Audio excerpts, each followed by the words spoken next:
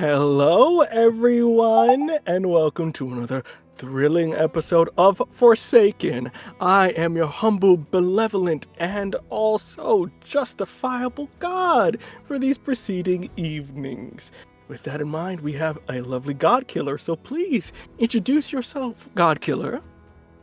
Hello, hello. I don't know about what do you call it? Benevolent. That's a little I don't know about that. Hello everyone. My name is Hamna. I use any and all pronouns.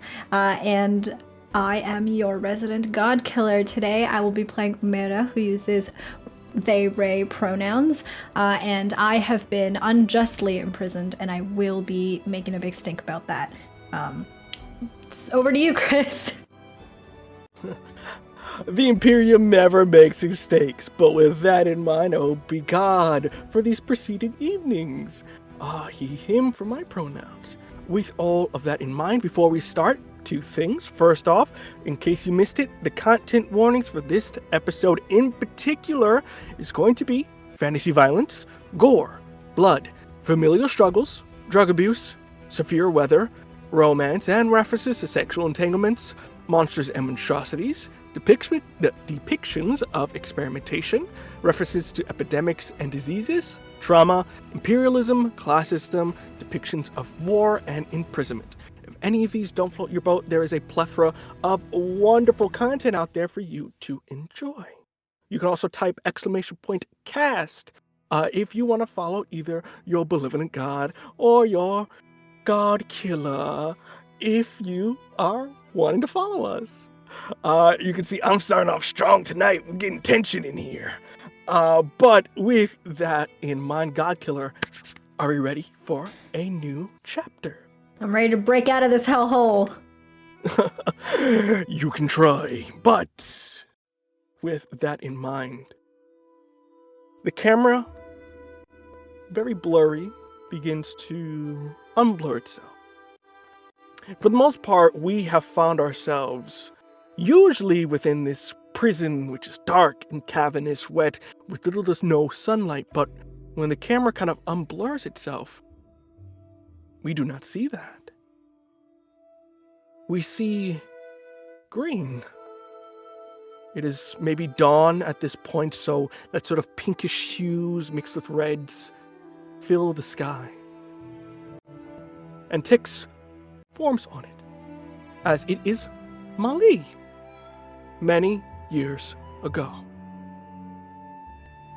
As the camera goes through these luscious green woods, animals going about, everything with a steady pace of calm, we find our god killer. What do they look like in this instance, Omera? What is going through your mind? Omera is much younger than they are in the present day. This is perhaps, I'm going to say maybe 12-ish years ago. So we see a 20-year-old Omera who has much fewer. I think the most striking difference is that they have much fewer tattoos on their body. There's only maybe a handful of different tattoos, like smattered here and there on their arms, on their legs, and whatnot. Their hair is very neatly put into an intricate series of braids with different vines and flowers kind of hanging out of it. And Omera's eyes, this bright light brown, are sparkling as they are exuding a very, I think, like excited energy at this stage. And right now, Ray is going through a mental checklist of like everything that Ray needs in order to start the first day at Helix Academy. And so it's just like this checklist of like, okay, they said to bring different kinds of something to take notes with, so I guess I should. And there is just like a sort of like very excited but nervous going through of like making sure I have everything I need for my first day. Indeed, you do need to go to that checklist because for you, it's not just you heading off to an academy. It is something more prestigious. You've been awarded a scholarship of a sense, something that, for someone in your position, being immortal and also somebody whose family isn't necessarily in the higher ups.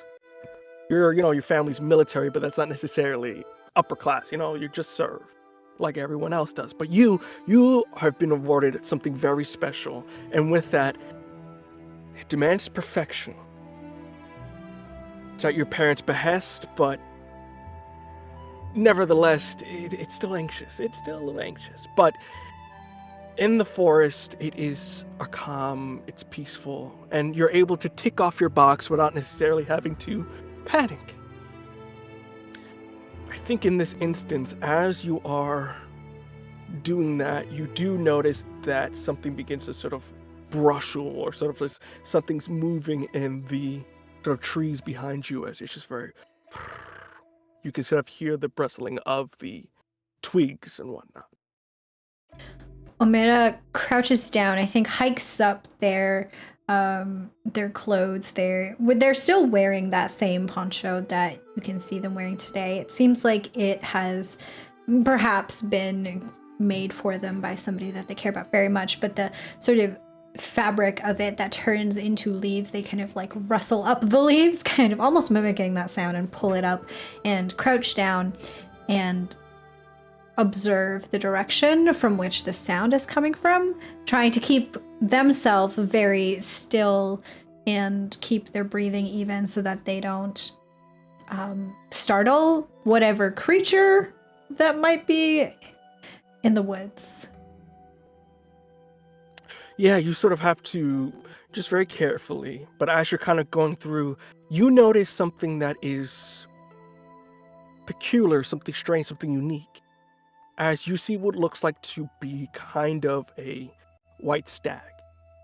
You see that it's almost in a sense of not necessarily fur almost, but almost like the sun shining off of it. What little is left is almost of like a stone nature, something more diamond. As you see, they completely unaware of where you are, completely unaware of what you're doing, are just by a ravine drinking. Omera sees this very unexpected creature and I think slowly starts to like half crawl, half do a little hop because they're crouched down towards it very slowly, and is going to start making very quiet and calm noises to get the stag's attention so that it knows that Omera is approaching and doesn't think that it's being like snuck up on. As Omera kind of I think reaches out a hand and kind of holds it out for this stag. The camera kind of pans outward, kind of giving very much like a vertical view as you're on one side of this sort of ravine while the other one is drinking of it. And as you slowly pan your way in, it looks up at you. You get close enough that you're within sort of moving distance, but as you kind of see it look into you, you see its horns almost react in nature. As you see that once was a dull kind of brown, turns into like a luminescent kind of blue. As you see, it begins to almost react in nature. And in this instance, before you're going to say anything, before I give you a move here. I was just going to ask a question of, does Omera feel anything when the antlers react? I would say yes. You feel it's not necessarily anything outward coming, but you do feel kind of places where your tattoos are kind of breathe a little bit in life, almost like in a sense of recognizing the same magic. And I think in this instance, there's a couple things you can do here. Either we can do a mortal move here, either feel something out or connect with someone, or if you're feeling lucky, maybe you try to recognize a god to maybe understand this power that you two seem to share. So I leave it up to you. Always gonna gamble. I'm horrible at it, but I'm gonna do it. So I am from Mali. It is how we pray to the gods. I am going to roll 2d6 to recognize God. Please do. I will say you're kind of near the domain, and not in it. So that is a +1. I'm gonna ask real quick. I don't think are you familiar with most of the Exalted, or are they just kind of something you offhandedly know? Just very distinctly, like, oh, that's that. Do you know them intuitively, I I would say? think at this stage in Omera's life, they are very intimately familiar with a subset of the Pantheon. But for the rest of them, it's more like Ray is like, yeah, I can name them, I can name their domains, I can name their titles, but I don't really know that much about them. Gotcha. I'm going to say we're going to skip on that, so you're not necessarily familiar. You have general knowledge, but not in this instance. And it's not bad if you know that, if you didn't know. So we're going to give you a +1 here. That's really unfortunate that I rolled a 5 then, because that is still a 6, which is still a miss. You at least understand where this god is, or necessarily what kind of creature is related to this god. You know this to be for Ada, the archon of nature and sort of love in that sense. The seasons, if you will. Though you don't get much, you just understand looking into its eyes, it looking back with sort of that crystal blue, and within you, you feel that it is a good omen, but you do understand that this omen is of change. And change in nature is never easy, as it just stares, silent, the two of you only with the sound of the river behind.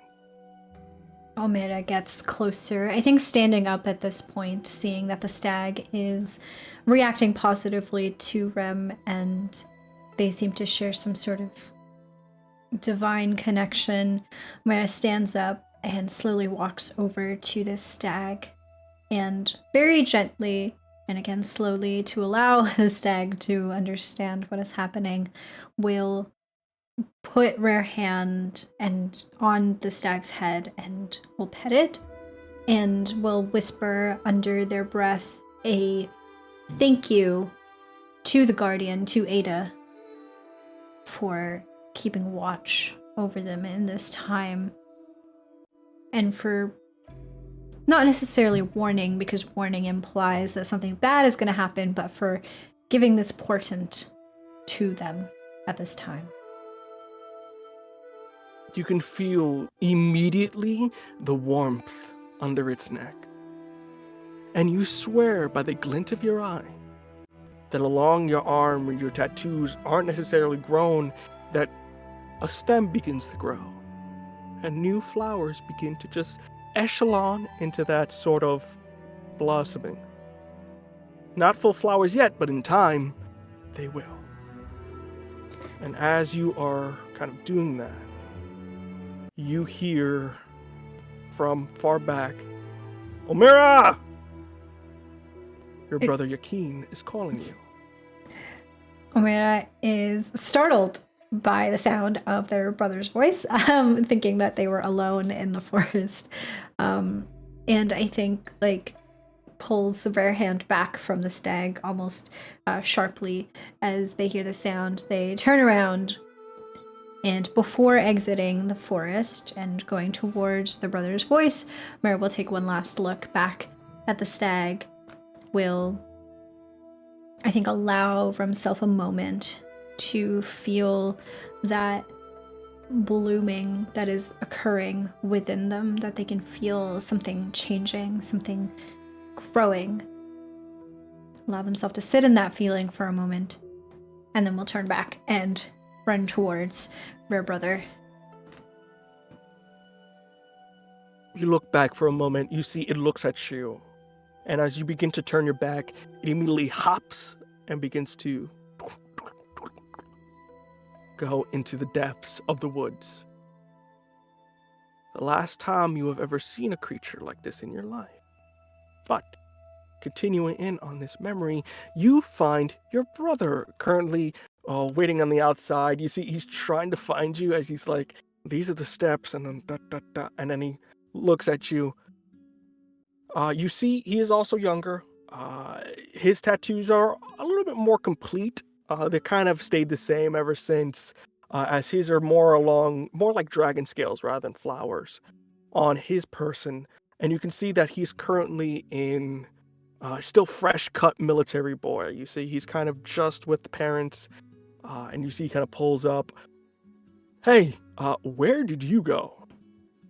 Hey, I was just praying to the Guardian. I don't know why you would ever do that. It's kind of not your bag, but I guess to each their own. No, but you'll never believe it. I saw a white stag in the forest just back there. You ever seen one that was, and I mean white, like completely white? Omera, as you see they get closer, look at you. Have you been smoking again? I don't think it's a wise thing to do at a prestigious academy. I mean, the rich kids can do it, but we... Not on the... Of course not. Of course not. I would not ruin this opportunity by doing that. No, it was...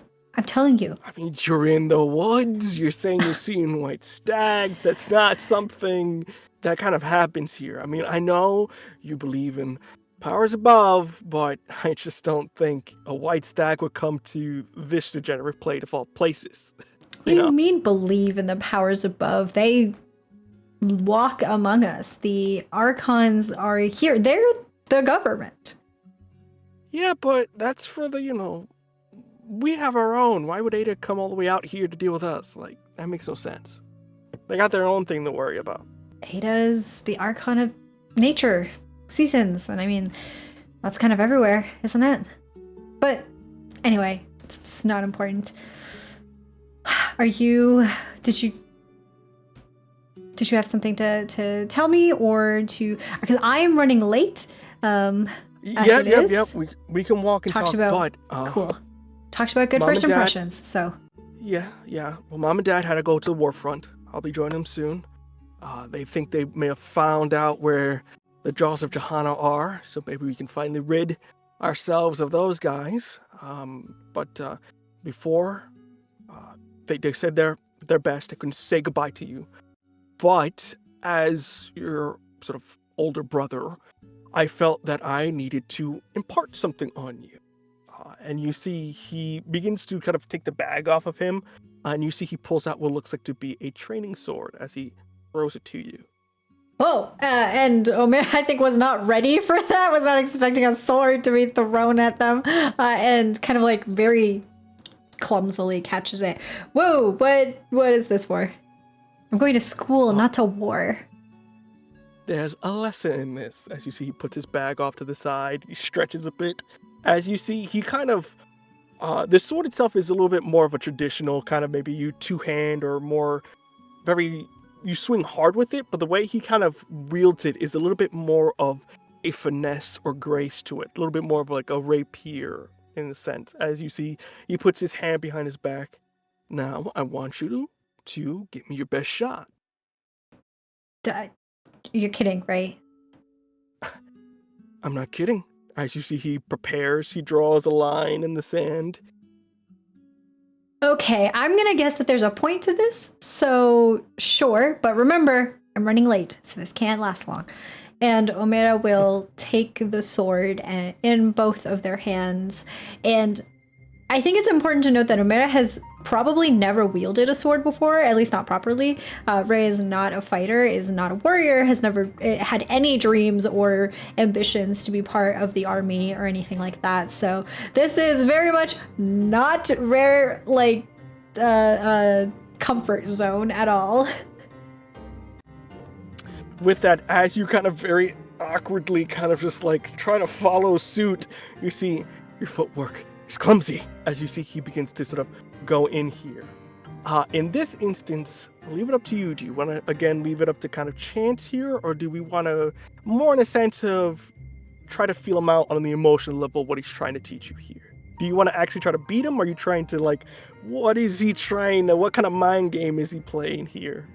I think Omera's going to try to beat him. I don't think Rey, like, thinks that's really possible, given, Rare lack of training. but they will at least try. So I will roll to inflict violence, I assume. Yes, this is going to be a +1 because it is personal, but you're not desperate, unless you can tell me if you are. And they not necessarily don't wish you harm in this instance. They're trying to teach you something, so they're not trying to beat you in a sense. I got a 5. Oh, your 5 is just your hot streak there. You gotta put some money on that. You're rich. So I suffer 2 strain, I assume. Yes. Oh, well, for this instance, it's a little bit more so. You don't necessarily get strain for this, because again, it is a memory. But in this instance, you are kind of lacking behind as you are trying to catch up. He is fast and ferocious in a sense. You can see he is calculating in the way he duck. He is almost using his move to distract you from what he's actually doing as he's pushing you back here. I'll give you another shot here, get another +1. If you win this again, you will lose this little lesson he's trying to teach you. I got an 8. Got an 8. With that, tell me, how do you kind of recover balance here, as he's maybe a little overconfident at this point of like, you don't know what you're doing. I think originally Omera's strategy had been the same as probably any average person who has not done sword fighting's strategy, which is you just take the sword in both of your hands and you just put your entire weight behind it and you just try really hard to hit as hard as you can and as fast as you can, which is not good sword technique. And so I think that is what Omera was originally trying to do, and it was just so easy for Yakin to just fend them off.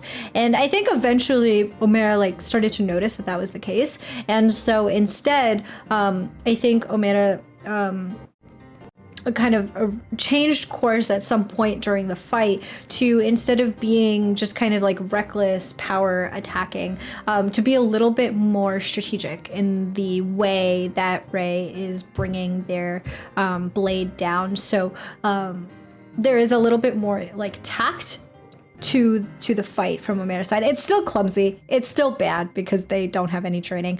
But I think that, combined with Yakin's arrogance, I would say, overestimation of his own abilities, Omera is able to get maybe 1 or 2 blows in to Yakin, very gently, of course.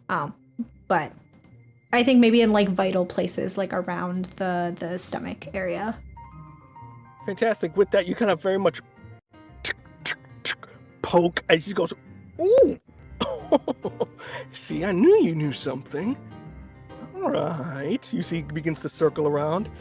So what are you feeling in this instance as we are battling?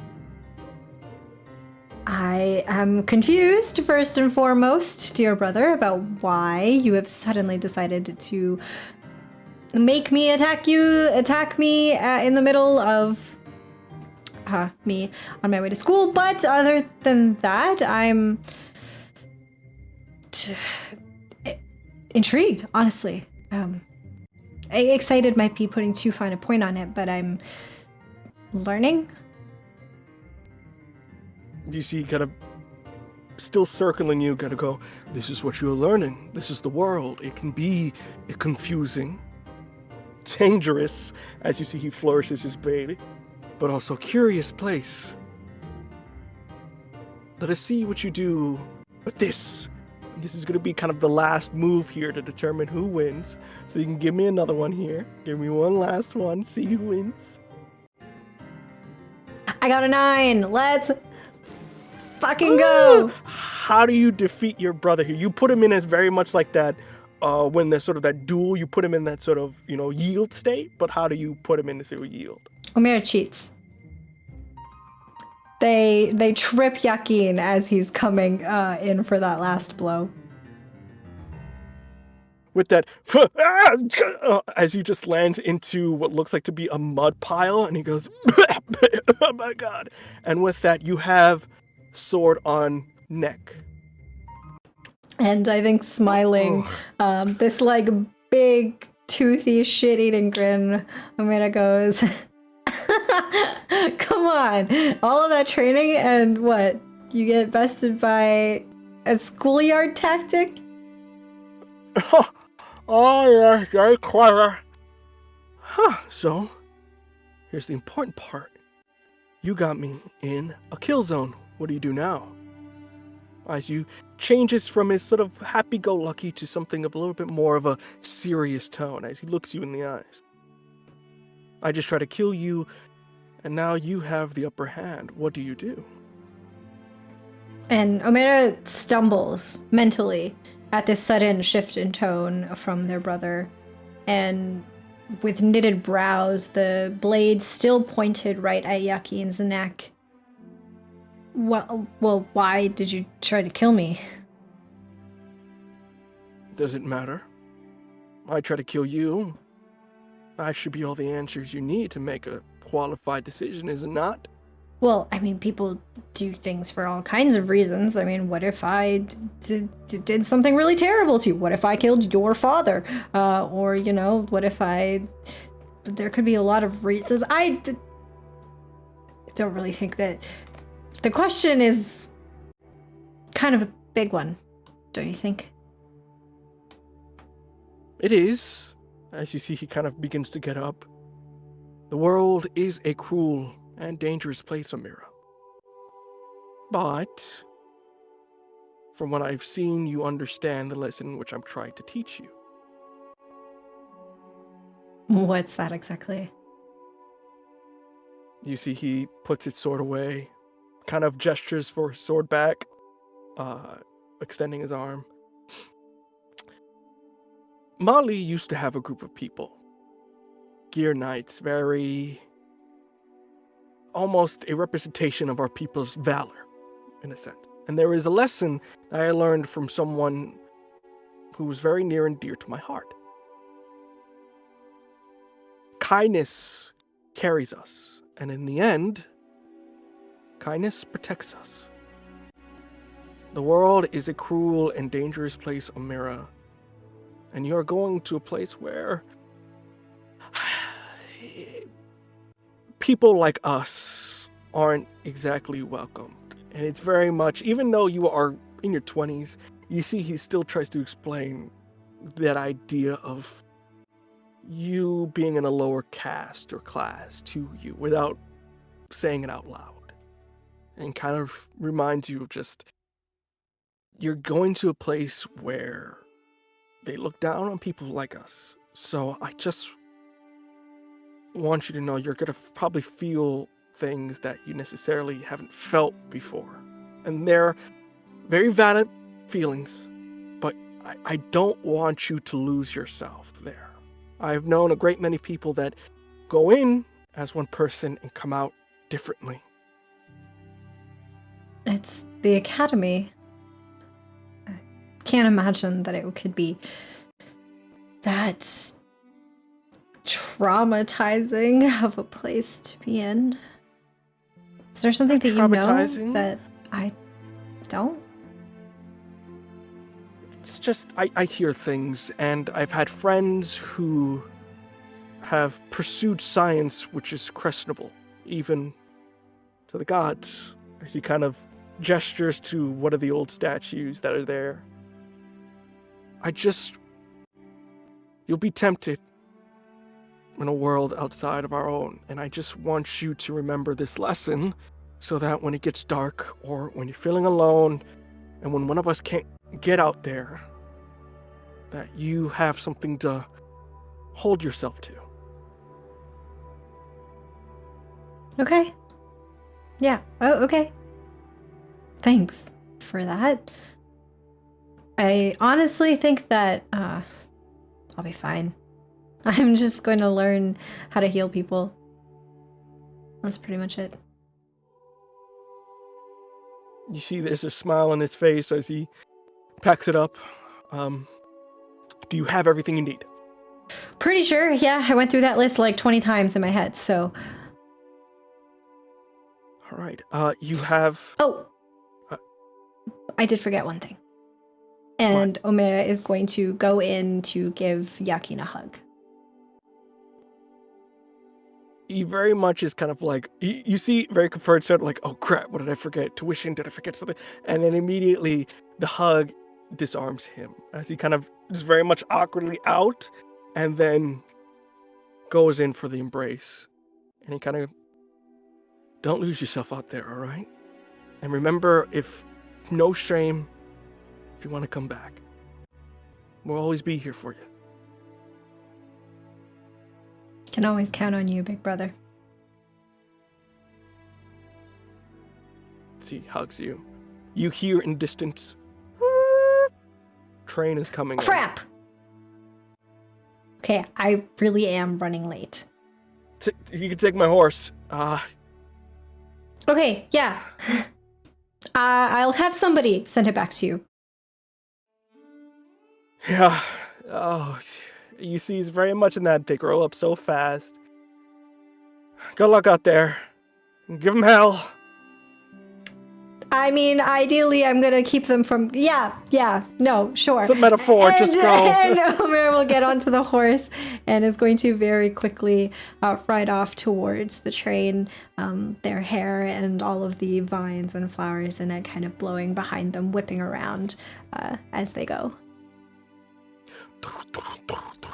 As you're kind of going off, that sort of last goodbye as your brother waves behind you, still very much of they've grown up so fast and extremely proud of who you are.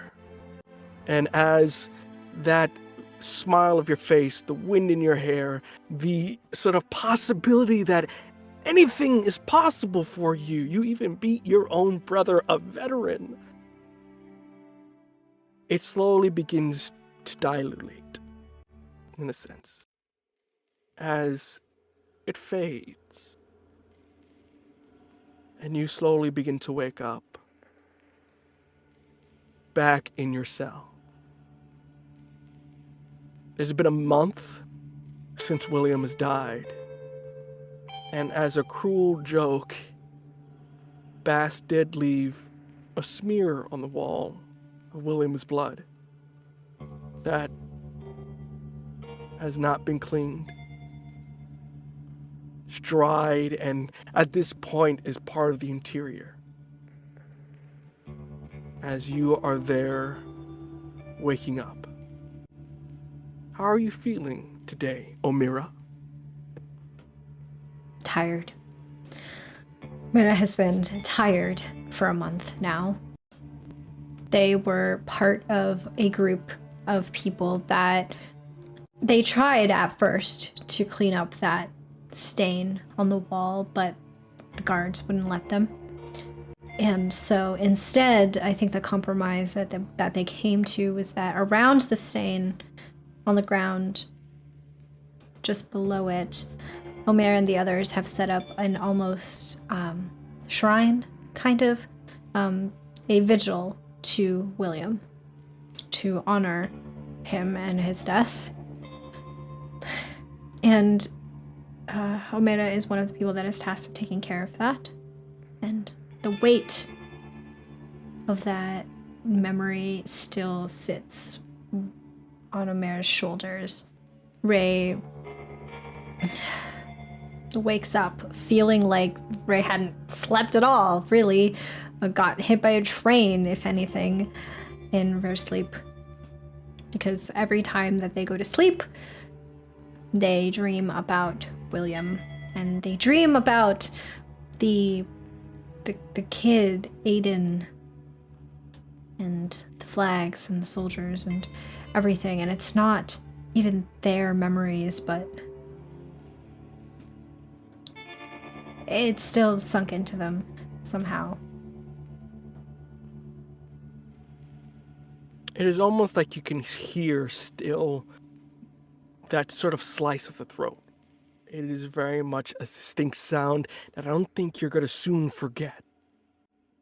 And as you are getting up, getting ready, you notice that figure that nobody else can see but you is almost at the wall, touching it with their hand that is dripping this sort of inky black over it, crouched almost like a child, even though they're kind of a full adult. Is anybody else around at this point? Nope, just you. There is a guard that occasionally just walks by, but they're just doing patrol, nothing out of the ordinary here. Omera will very quickly scurry over towards this figure and will, like, I think look around to make sure that nobody's around to see or hear this, and then is going to very quietly be like, hey, what are you doing? You can't. You see that they react and immediately, at a very fast pace, fly backwards into one of the nearby walls and perch on top of it, looking at you with their blue and purple eye.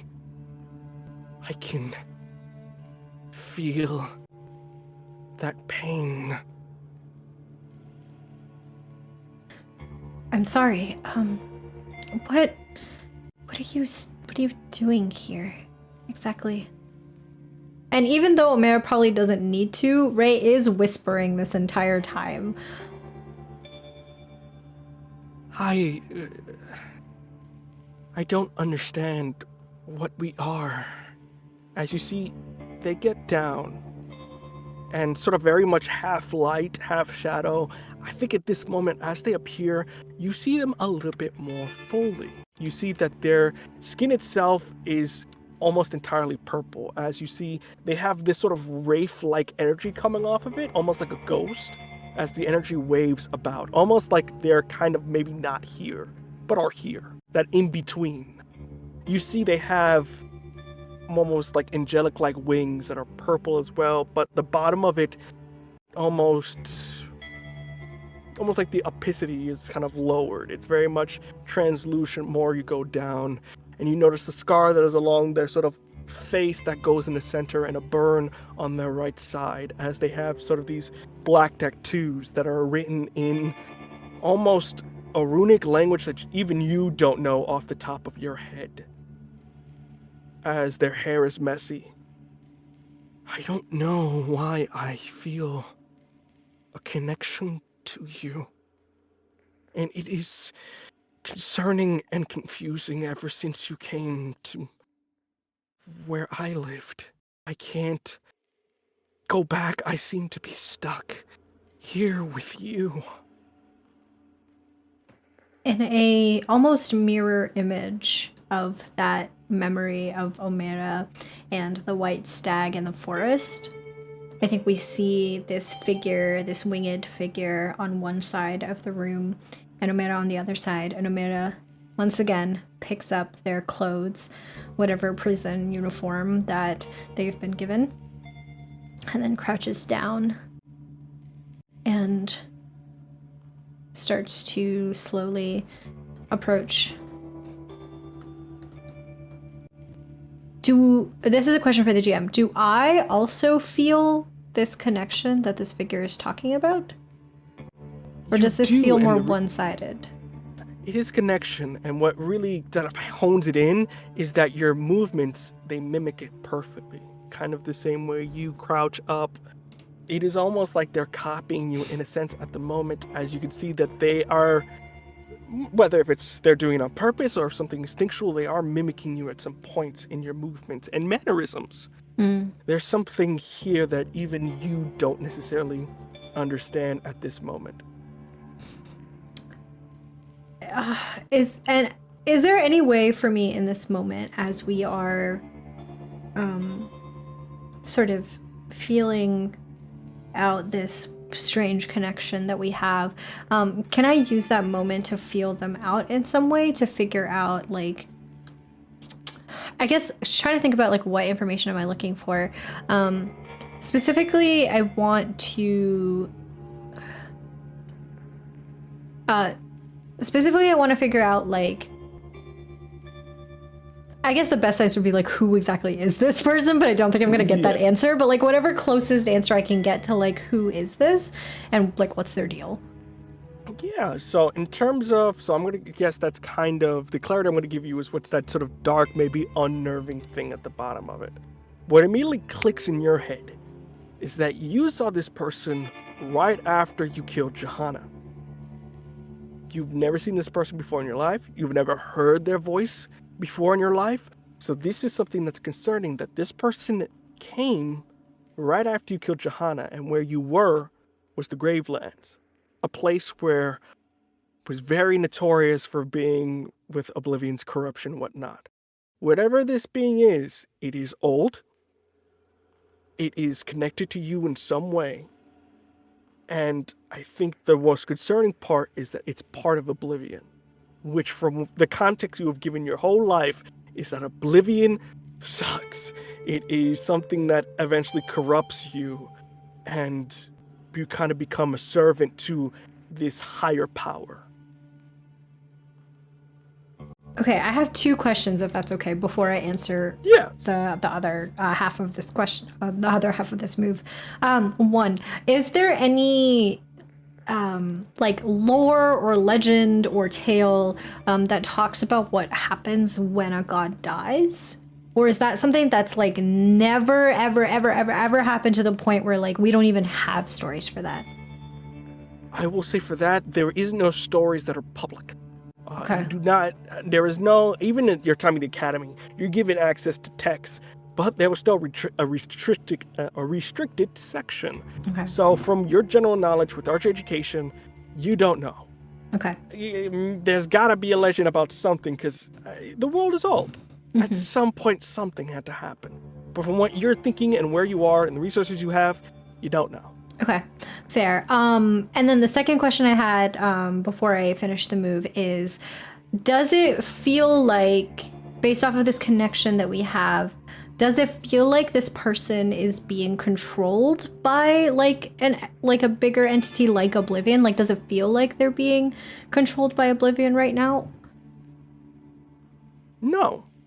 This thing is independent. The thing that you're feeling right now, though, is that it is connected to you. Okay. You are the person that it is anchored to. What that means, you don't necessarily have a full comprehension of, but at the basic knowledge, you know if an anchor is destroyed or gone, then they're gone. So you can understand there's a little bit of self-preservation with this thing when it's tied to you. Gotcha. So to answer the flip side of this move, what feels welcoming on the surface is that very connection. I think that, if it's okay with you, Chris, I think that connection feels similar but not the same as the connection that Omera felt to that white stag. It's obviously not the same in that this is not Ada, this is not the Guardian at work. However, there is still something bigger than mortality, perhaps even bigger than divinity, that is at work here. And there is a familiarity in that connection that can ground Omera and allow Rem to approach this situation with some sort of comfort. As you are kind of still almost looking and thinking to yourself, you feel something drop on your nose. Hello, what is it? For the first time in a long time, you feel a droplet of water hit your nose. Is this unusual? It is extremely unusual, and there was only one instance in which water would come this deep down. A hurricane is about to happen. The precise conditions that were needed for your escape. And Omera's head immediately snaps up to wherever Ray thinks that the droplet of water came from, to see if they can feel out more, to know for sure whether that is just like a little bit of water or more. Question for you about the way that this prison is set up. Is there a risk of like flooding here in hurricane season, or? Yes, there is. You are in a tropical area, so when a hurricane comes, it's a big deal because they get stronger in tropic regions. But the prison has a built-in safeguard. It has flood walls that very much, if you think of the prison, it is kind of like a hollow hole, and up top they have something to close it up. So that it's very much like it closes up the top, they lock down everything in the dock, and then with that, a lot of guard duty is keep making sure the walls up, making sure, water's being pumped out. It becomes very much, instead of being a prison, it turns into a dam in a sense, because it's like, we gotta make sure we don't drown in here. So that's kind of how the instruction of this prison is. And I think in that moment, as Omera is distracted, looking at the water, they tear their attention back to this person in front of them. And still crouching, they say, "We'll have time to talk later, right? If you're here." Yes, I am always here. As you see, tear comes out their eye. Something deep down is sad, but you can see on their face they do not recognize it or sort of recognize that emotion as they just slowly dissipate like mist. And I think Omera was like, it like reaches out almost as if like they were gonna like say something or ask something before this person dissipates, but as they're kind of going away, Omera is left. I think it's a scene of just Omera alone crouching in this room, and they stand up and turn back around and are faced with William's vigil that they kind of look at for a little bit, perhaps rearrange some things, add, and they go into their pocket and they pull out a sachet, the same sachet that Omera used to make for William, and they pull it out with the herbs all neatly tucked inside, and they put it down and add it to the vigil, just as they have been doing every week since this happened. You go about doing that, and as you do, you see coming around the bend, Aiden.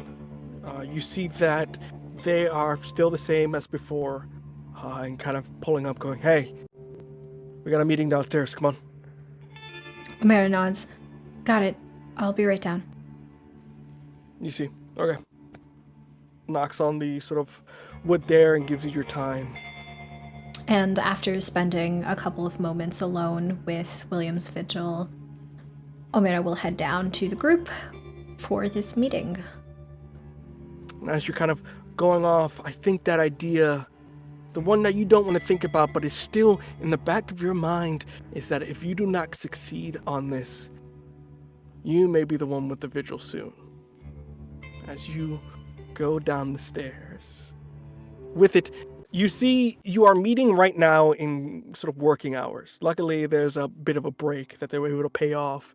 You can see going down, you're at the deepest level, mist coming off, forges being worked on, sort of the smoke as you kind of come out with Aiden, and you see the other two members of his cohort, Jasea and Salva, sort of this sort of gnomish and more a little bit more high elfish person, sort of sitting side by side, and with that gesture over as you guys find a little bit of a hidey hole to go in. As you're sort of there, you see there's two things. You see there is a kind of makeshift map of the prison, so very much based to there, going as down as they can. And then you also see the core that you guys were able to sort of steal. With that, Salva kind of goes, "Well, you took your pretty time, didn't you?" Sorry, I was taking care of William's vigil. What's going on? Well, as you can see, as you see they kind of point to the rocks, it looks like a hurricane has come. Yeah, I felt the water earlier today. And that means that, and Omera will turn to Aiden. Time's right. Yeah, but we have some good news. We got some bad news. So, which one do you want to hear first? I guess the bad news. Get it over with. Giselle? You see they kind of pull up. Well, to give you the news, it looks like your operation date has been moved up to today. I wasn't informed of this. I think Bast wanted to give it to you as a sort of surprise. Oh, how kind of him. Okay. What's the good news? Aiden kind of goes, the good news is you'll be there. You'll be in Navas' lab, and with that, you'll have access. So You see, he kind of moves over. Here's the plan. You will be taken up to surgery. Before they're able to give you the anesthetic, we'll try to find a way to give you some way to move an arm or something. They're probably going to strap you to a chair or something, just in case you try to break free. But we have somebody who can hopefully maybe unlock one of them for you to do whatever you do. As you see, they kind of just gesture to either the ear trick or your hands or whatever, as they don't know what your deal is. So you do what you do best, and with that, you are going to go to the controls in that area, kind of lock it down a bit, and pretty much destroy or sort of disable the floodgates. It takes them a really long time to get it back going, so instead of trying to do that, they'll try to put everybody downstairs, so to the deepest level, due to the fact that the water has a hard time reaching down here due to the heat and everything. So when you do that, you'll be kind of forced downstairs with the rest of us. And from there, we can go into the boundless ruins that they uncovered.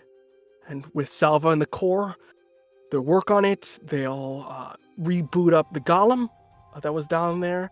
And from there, ride that bad boy to victory. Try to get as many people as we can out of here.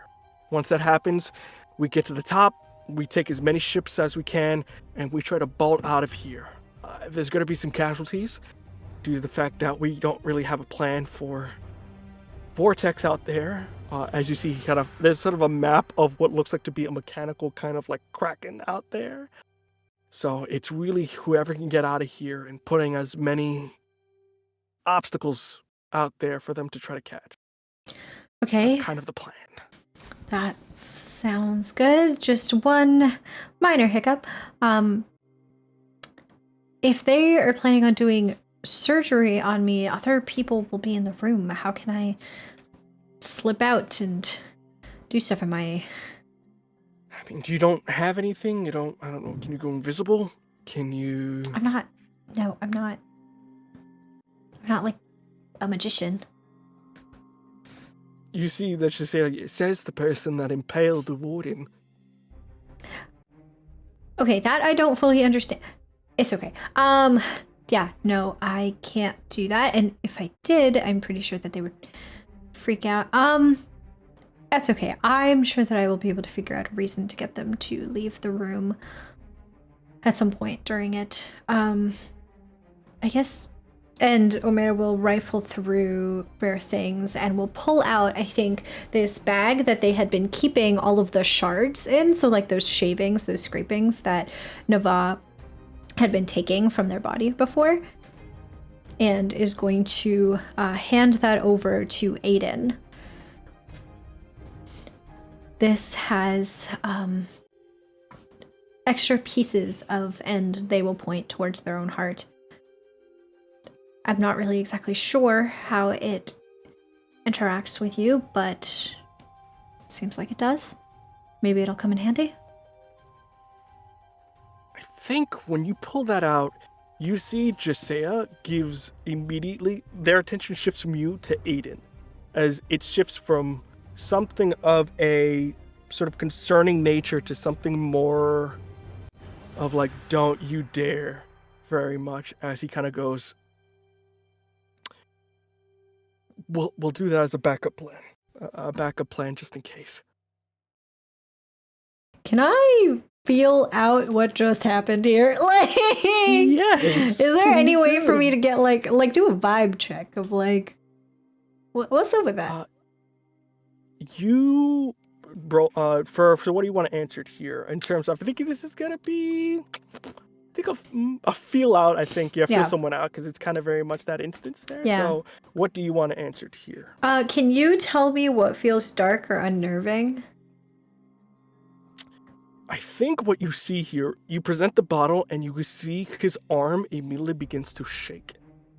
Very much in terms of someone from your profession, someone who may use substances a little too much or something of that, in the sense of like, this is something that they use a lot of, and from what you can see on Jasea's face, without any context of this is something you should not be giving him. This is like pretty much like, what's the word? Enticing, or like enticing this behavior, like promoting it. And it's very much like they don't want to tell you what it is, but you can see in their face of like, Aiden, I don't think that's really a good idea. Question for you, the GM. Before I had showed up, was there a source of this like magical material before? In what context here? Like here in the prison, like did they have access to it? No, you were brought here for that instance to be studied. They didn't have any of that before. Okay. Just double checking. He did use it before, and you see but it that wasn't here. Yeah, it enhanced him, but it wasn't here. Okay. I mean, if it enhances him, it makes no sense to keep something that could, rip people apart. It doesn't make any sense. Understandable. I just wanted to double check. Okay, cool, for my own knowledge. And then I think what feels welcoming on the surface, perhaps, is that there is a very clear, indication of some, perhaps a deeper relationship, a more intimate, caring relationship between Aiden and, you said it was Salva, right? Jasea. It was Jasea. Between so Jasea the half-elvish figure. Between Aiden and Jasea. So there's clearly some sort of history there in terms of them having perhaps been in community with each other for quite some time. And so I think Omera is able to clock that like these are people that are very important to each other in that moment as well. And I think it's like too late at this point. Like Omera's already handed that bag over.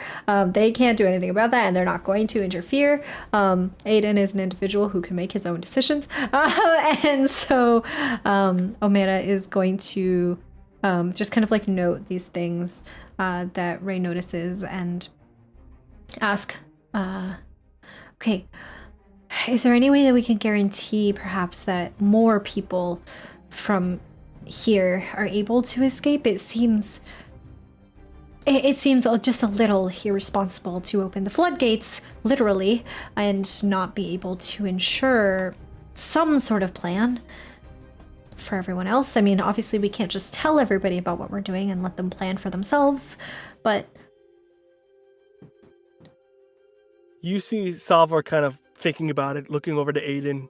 You see there's kind of a difficult decision in there, because they did say they want to bring as many people as they can out, but then it's like there's only so many boats on top.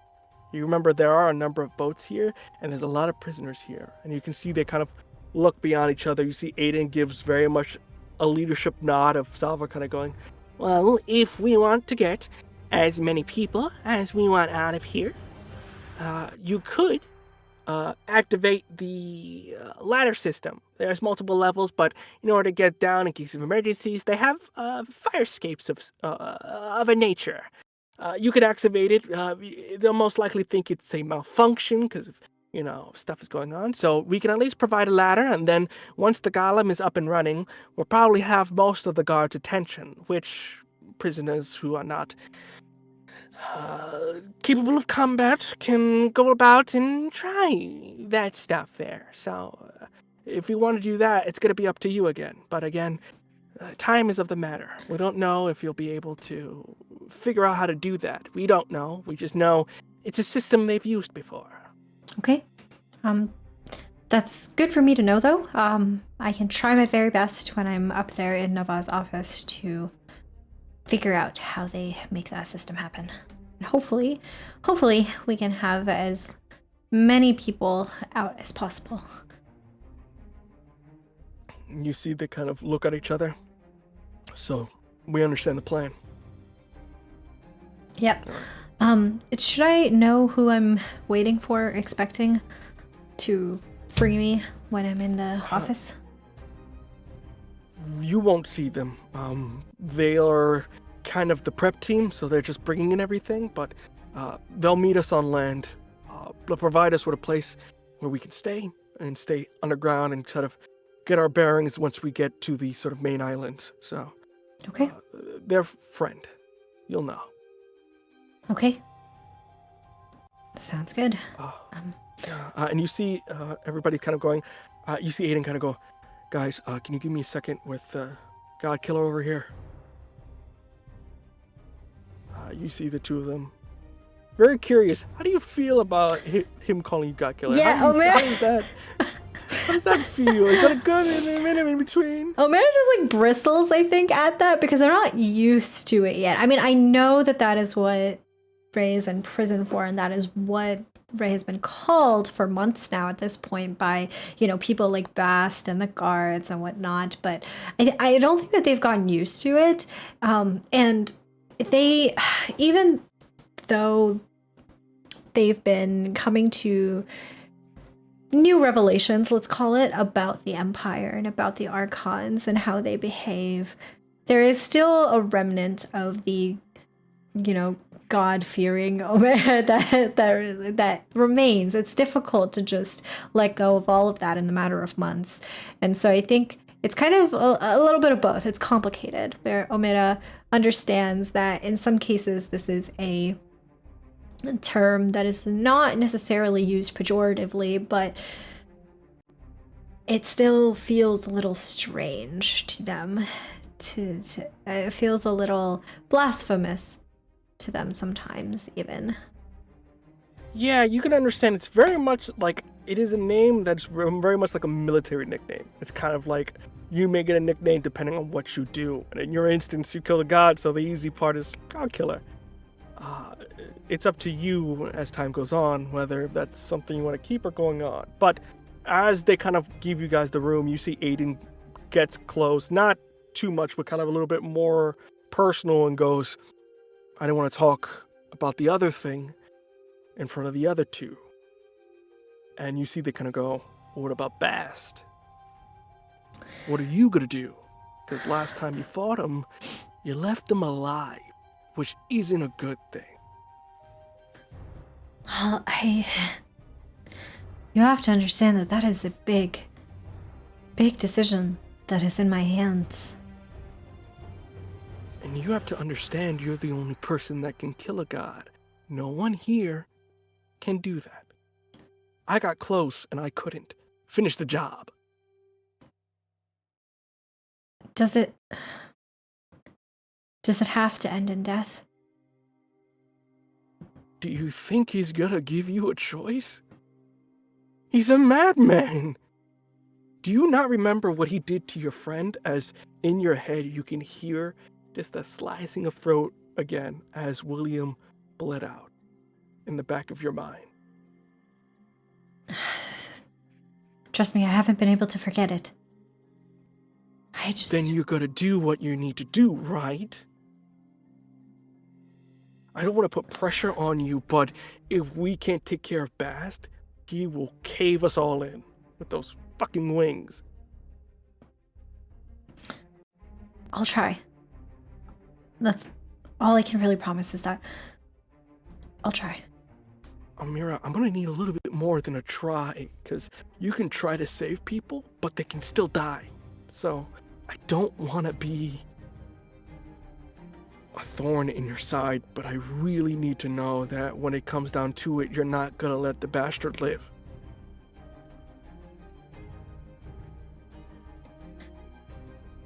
And Omera, I think, is sitting with this choice in their head and seeing Aiden in front of them and remembering the kid that Aiden was, and yes. I'll do it. You see. Alright, good. Alright, you should head back to your cell. They're probably gonna come after you later. You see, very much without giving you any chance to kind of like recruit or talk, give you a pat and begin to go off, letting everybody else know. For your purposes and the audience's purposes here, is this a truthful statement, or is this something we are just saying?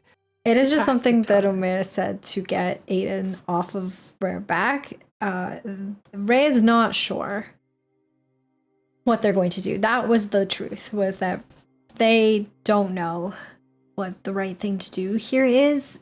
This is all still so new to Omera, and there's, like I said, still, it is difficult to unlearn so much of everything that they have believed in the matter of months. And to commit this act of heresy intentionally and purposefully this time That's big. Because when Johanna died, that was instinct, it was protective. Omera wasn't thinking when they did that. And besides, Johanna was clearly not in her right mind. And so, this is different. It's bigger. It's more on Omera this time. They're not sure. You're not sure, and there's another point of concern that pops in your head as you begin to walk back up. Bast is a child of Mycen. Mycen is one of the original Exalted, an archon of justice. If you were to kill Bast, you are effectively killing a child of a god. And that may be just as bad as killing a god itself. Especially with Mycen. Mycen, you know from basic knowledge, is about justice, is about law, is about order. Killing a son is the most disorderly thing anyone can do. And you know for certain that these archons take things very personally. As you go up to your room, you sit there waiting. I think that's a great time to take our break. With it, everyone, as tension dries up, go use albino, grab yourself a snack as we take a quick break here, and we'll come back for the second half of episode 3 here. With that in mind, we'll be right back, everyone.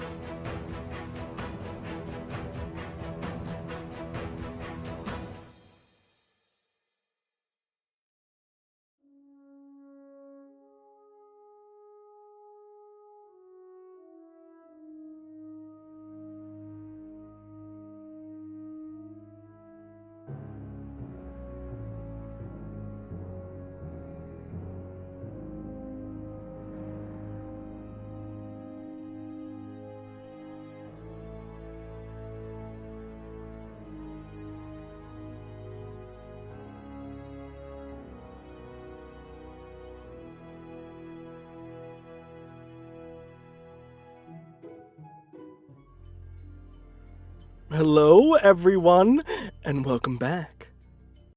With that in mind, God Killer, are we ready to break out of prison? I think so. We love to hear that.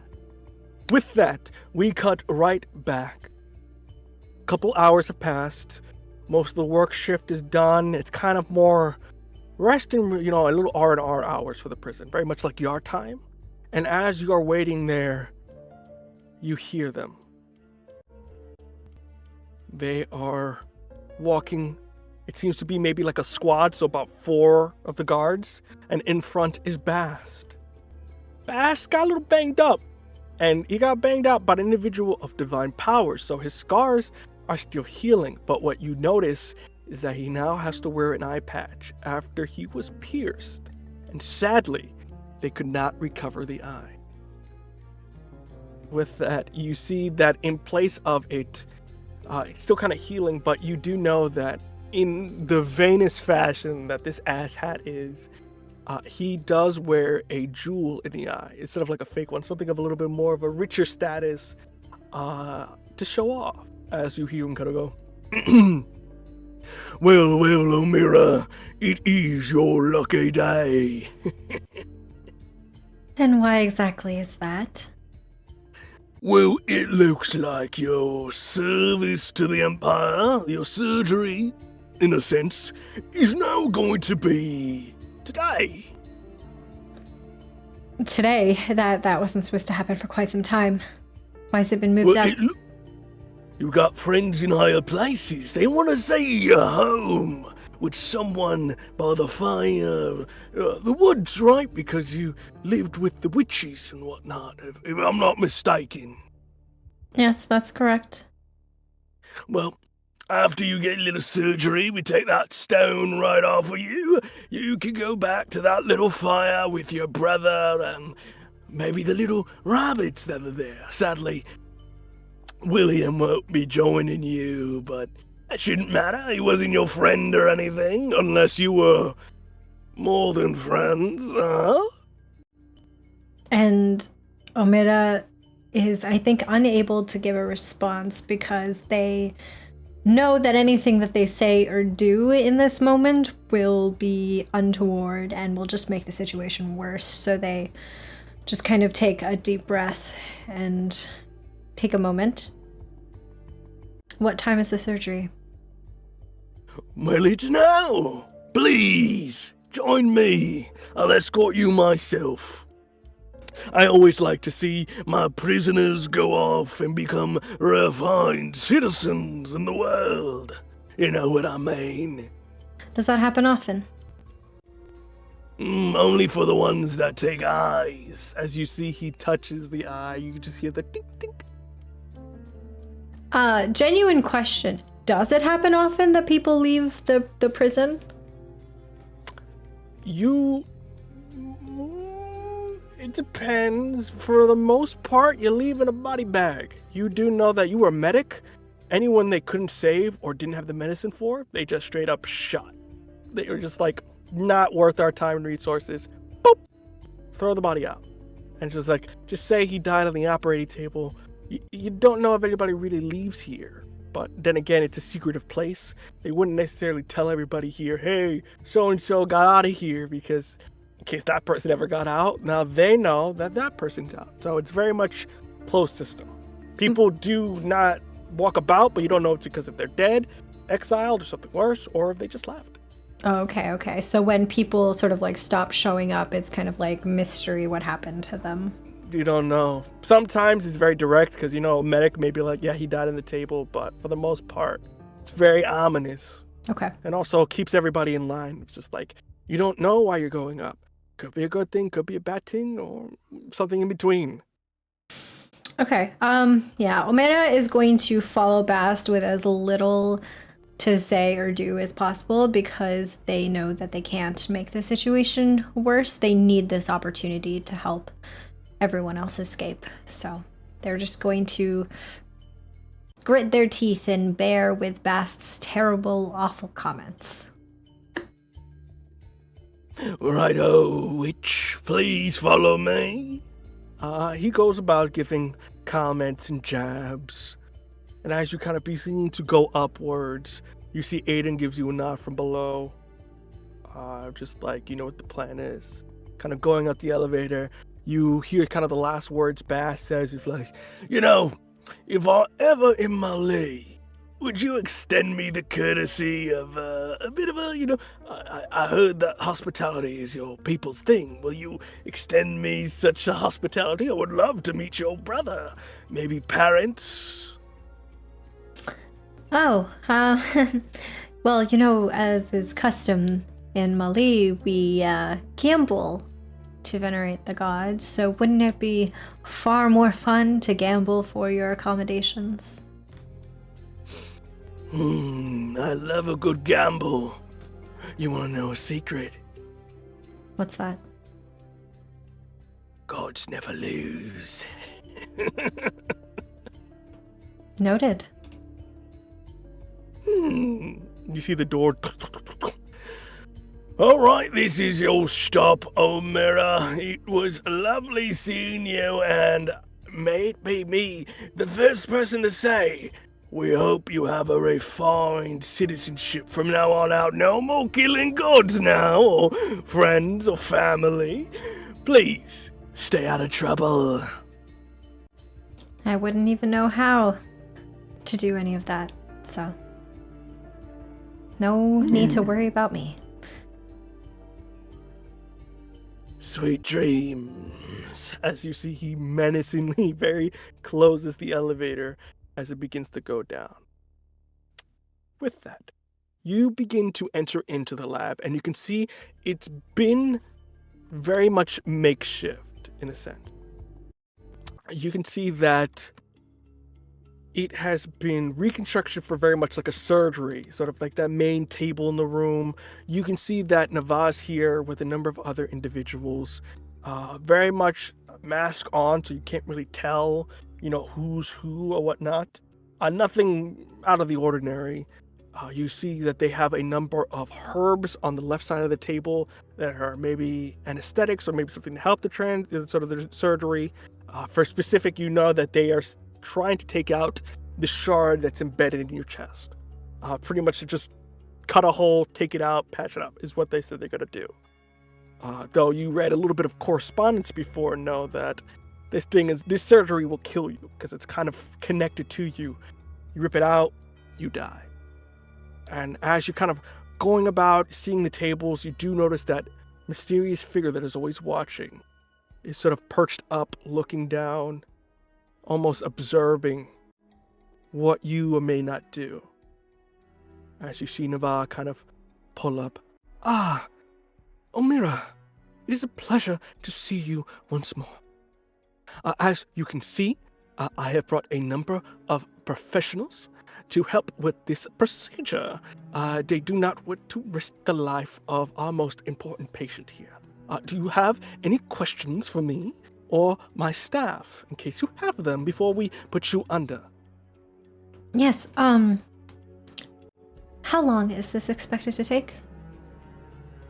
Oh, I think only a couple of, maybe hours. But it will seem like mere moments to you, my child. And it is safe, right? Scout's honor.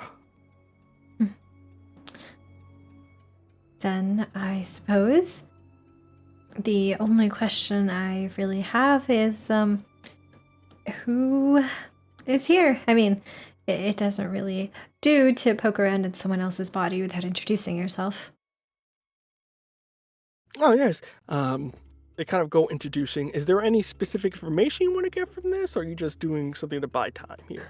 I am trying to figure out who exactly is in the room. So, like, what, like, name, just like name and like affiliation with, like, the prison and with the Empire. So, trying to figure out, like, is there somebody like particular, like, with a particular skill set or like a particular rank within the Empire here, or is this just like nobody doctors, nobody like whatever, not important? I think for the most part, you're going through everything, right? You see immediately, really nobody doctors, but one of them catches your eye in a sense, as you see before you an individual. They're closed up in sort of that sort of garb, right? But the thing that really like points them out, or just like this doesn't seem right, is the way they hold themselves. You're a healer, so you understand what someone of the medical profession sort of holds themselves to. They're more of a very distinct, astute. They've studied. Especially with this group, they know what they're doing. This individual almost looks like they have no idea what they're doing. You see that they kind of introduce as someone of an assistant of some sort. But the other thing that you notice is their eyes. Their eyes are a teal green. Something of a similar nature to what William had. And you said that this is unusual. Like, this isn't just like, oh, they just happen to have the same eye color, but... It's eye color, but it's the way they hold themselves. You can see everybody else in this room has a sense of pompous, or very much just like, I know what I'm doing. Don't, very much laissez-faire. This one seems to have a little bit of care, and they kind of introduce themselves. Forgive me, I do not know this one. This one was a fresh substitute. Your name again? You see they kind of go, oh, I am sorry. Hello. I am a nurse from the islands. If you want a name, I am known as Eva. Which you can kind of tell the way their eyes are kind of go in the back of their head in terms of like, not bad, like in terms of like when somebody's trying to lie, they kind of put their eyes in that part of the brain thinking. You can see that's not their name. This is just something that they're using at the moment, but they kind of very handshakingly. I am simply here to administer and to go. I have a boat I have to catch. Yes, they are leaving soon. Well, thank you very much for being here and for ensuring my care. Be careful with your wrist. We do not want to tie them down too much, or they may break a bone. As you see, Navarro go, yes. Of course, thank you, nurse. You should get the boat. The hurricane is on its way, and we may be stuck here. Last thing I want to do is divert resources from your valuable time. And they proceed to sort of give a nod and go off. Any other questions before we proceed? Nope. And I think just the last thing that Omera will do before allowing them to sort of proceed with the procedure is take a scan of the room to just get a very quick lay of the land of where are different things, so that hopefully by the time Omera wakes up, they have to spend less time looking for the things that they need. Yeah, I think they would do another. I know we use this move a lot, but let me just double check. Yeah, I think this is going to be another feel something out at this point. We're not feeling something, feel something out. I think in this instance, I will answer something in terms of comforting on the surface. Comforting thing is, you can see the controls. They're not trying to hide it here. You can see it's a number of vowels and whatnot. Not necessarily any video or anything like that. It is more in terms of buttons. You can see green. Very much if it's red, it's off. If it's green, it's on. And you can see it outlines the controls of the dam. It's very circular in nature. The other thing you notice is that there is sort of written on the side controls regarding cells. So you also do know where to put these ladders down. So from the get, gotta go there. That's where everything is. It is now your turn of answering what feels dark or unnerving in this instance. I think the thing that feels dark or unnerving in this instance is the fact that they are not trying to hide any of those controls. The fact that they are just out in the open is a cause for concern, because it means that they are very, very sure that nobody will ever get to them. That's not supposed to, which hints that there is some other layer of security in this room that Omera may not be able to, at this point, very immediately perceive. Fantastic. With that, you are escorted to the table, and with that, they proceed to mix the anesthesia and whatnot. As you're sort of getting strapped down, you understand the words that were given to you. Watch out for the wrist. As you notice, what's your dominant, left or right, you would think? Or is it more ambidextrous? I think Omera would be right-handed. Right-handed. You notice that your right hand sort of tie down is loose. Enough for you to either, if you are magic, if like you use your hand, or if you're maybe a little bit stronger, to just wrench out and do something. So you have free movement of your right hand to do as you're pleased. Okay. I think like as I'm being tied down and kind of like pulled through where they're like mixing the anesthesia and whatnot. Me trying to think.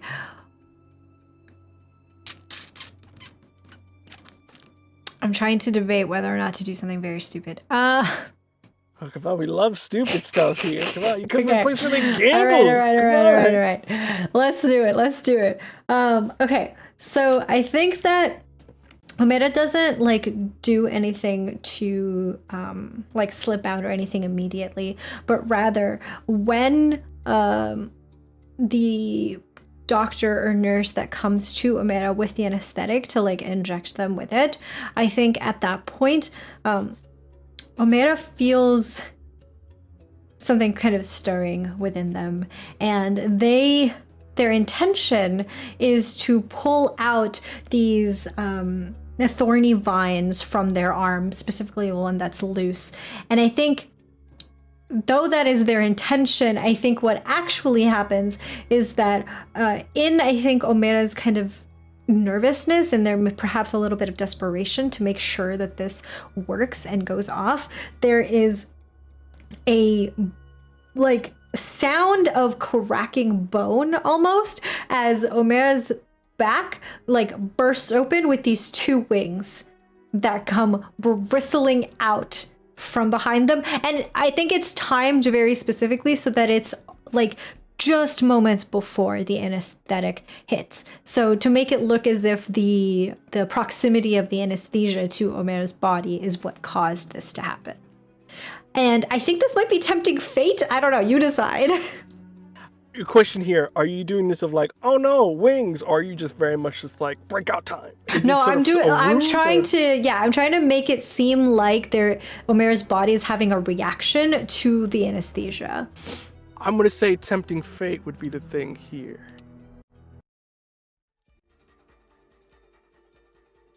All right, let me know which of the three statements are true. A skilled ally is handing it. They did kind of help you, so you do get a +1 here. You have no other options. Feeling like, yeah, it's because you're at this moment, you're kind of tied down. If this doesn't work, you're kind of done from here. And you're far away from any god that wishes you harm. Not necessarily true. Bast is literally kind of still within the area. So you get a +2 for this. Okay, in that case, I got overall a 10. Overkill. Fantastic. You open your wings. Are they more, what do the wings look like? Are they more like yours, or are they a little bit more from the person you took them? Remind me again what Bast's wings look like. Bast's wings are more like a brass color. They're more metal in a sense. They're very much act as weapon and shield on top of mobility. They're kind of multi-purpose there. And bronze very much of like a justice statue, something that represents its sort of, imposing figure of, you see these wings, you know your judgment is here. I think it is a little bit of a combination of both. I think there are remnants of Bast's own wings within Omera's. I think that the wings unfurl and they are made of not feathers, but leaves. The wings themselves are different large leaves overlapping on top of each other. Not even a consistent, like specific type of leaf, but different kinds of leaves, one on top of the other. But all of the leaves are in this gilded bronze color. It is not metallic, just in the color of the bronze metal. And I think something that is easy to miss at first, but the longer that you look, the more that you can see it, is you look and you think, oh, the bronze is shining. It's glinting the light off of the feathers, so to speak. But no, in fact, there is, I think, a constellation of stars that is painted along these wings that moves in what the most observant person would recognize in a mimicry of the exact night sky above Omera in this very moment. The exact position and shape of the stars above them is kind of like mimicked and painted on these wings, a nod to Myson, the lawgiver. With that, you kind of open these wings up. You see that Navas kind of go, okay, Omera, you need to calm down now. I don't know what's exactly going on. You know, as those wings go off, pretty much you knock out the remaining staff. So like there's kind of 3 people here, they immediately get knocked off as not only the wings opening, but sort of the air that rushes through. You see one hitting with a nearby sort of instruments, one gets hit into the wall. You see Nava immediately puts their arcanic runes up and begins to sort of shield themselves magically and kind of go, Omera, you seem to be having a reaction. How about you sit at the table before I have to put you under the old-fashioned way? Is it fair to say that the wings erupting was able to shatter the other restraints that were keeping Omera down? I would say yes. So you very much in terms of like your wing, you have mobility here as you're kind of, that's why they're kind of concerned at this point of like, you're free and there's no restraints and everyone who could have helped me is now unconscious. Omera scrambles up on the table and behaves as if they were not expecting this to happen, and Ray is breathing heavily and says, I am sorry, I don't know what happened. Seems to be some sort of I don't think that we should continue with the surgery today. I think maybe we need to do this another day. Clearly this needs to, the gem needs to be studied a little bit more closely first. I'm sorry, Omera, but it has to be today. So how about you just sit on the table and I can make something new for you. So. Question for Jam. Yes. I would like to use my renown move in this moment to ask you, how can I make Nava trust me? Like, how can I convince Nava that the best thing to do for them is to at least delay by like an hour or something? I think you know Nava to be a scientific person. Everything with them is science. There's a hypothesis, there's an experiment, and there's a result. They don't understand empathy, emotion. So if you were to act innocent in that nature of going, I'm sorry, I didn't really know what was going to happen, they would see it as, oh, a variable in my experiment. Maybe we do need to. So you need to kind of hone in on that naiveness to emotion. You have to sort of hone in on that. Okay. So I think Omera's sitting on this table and is going to take a deep breath, and with the wings kind of curling in on Omera a little bit, not completely cutting them off, but I think starting to form this shield around Rare Body, Bray will look at Nava and will say, I am a doctor, in a way, just like you. And I understand that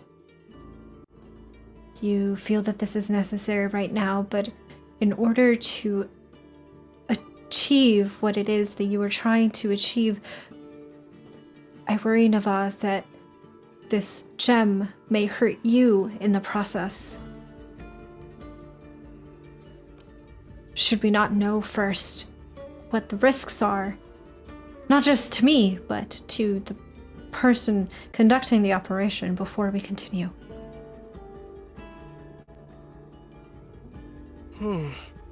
You see they kind of go to themselves thinking, pondering, and they put their shields down. You are correct.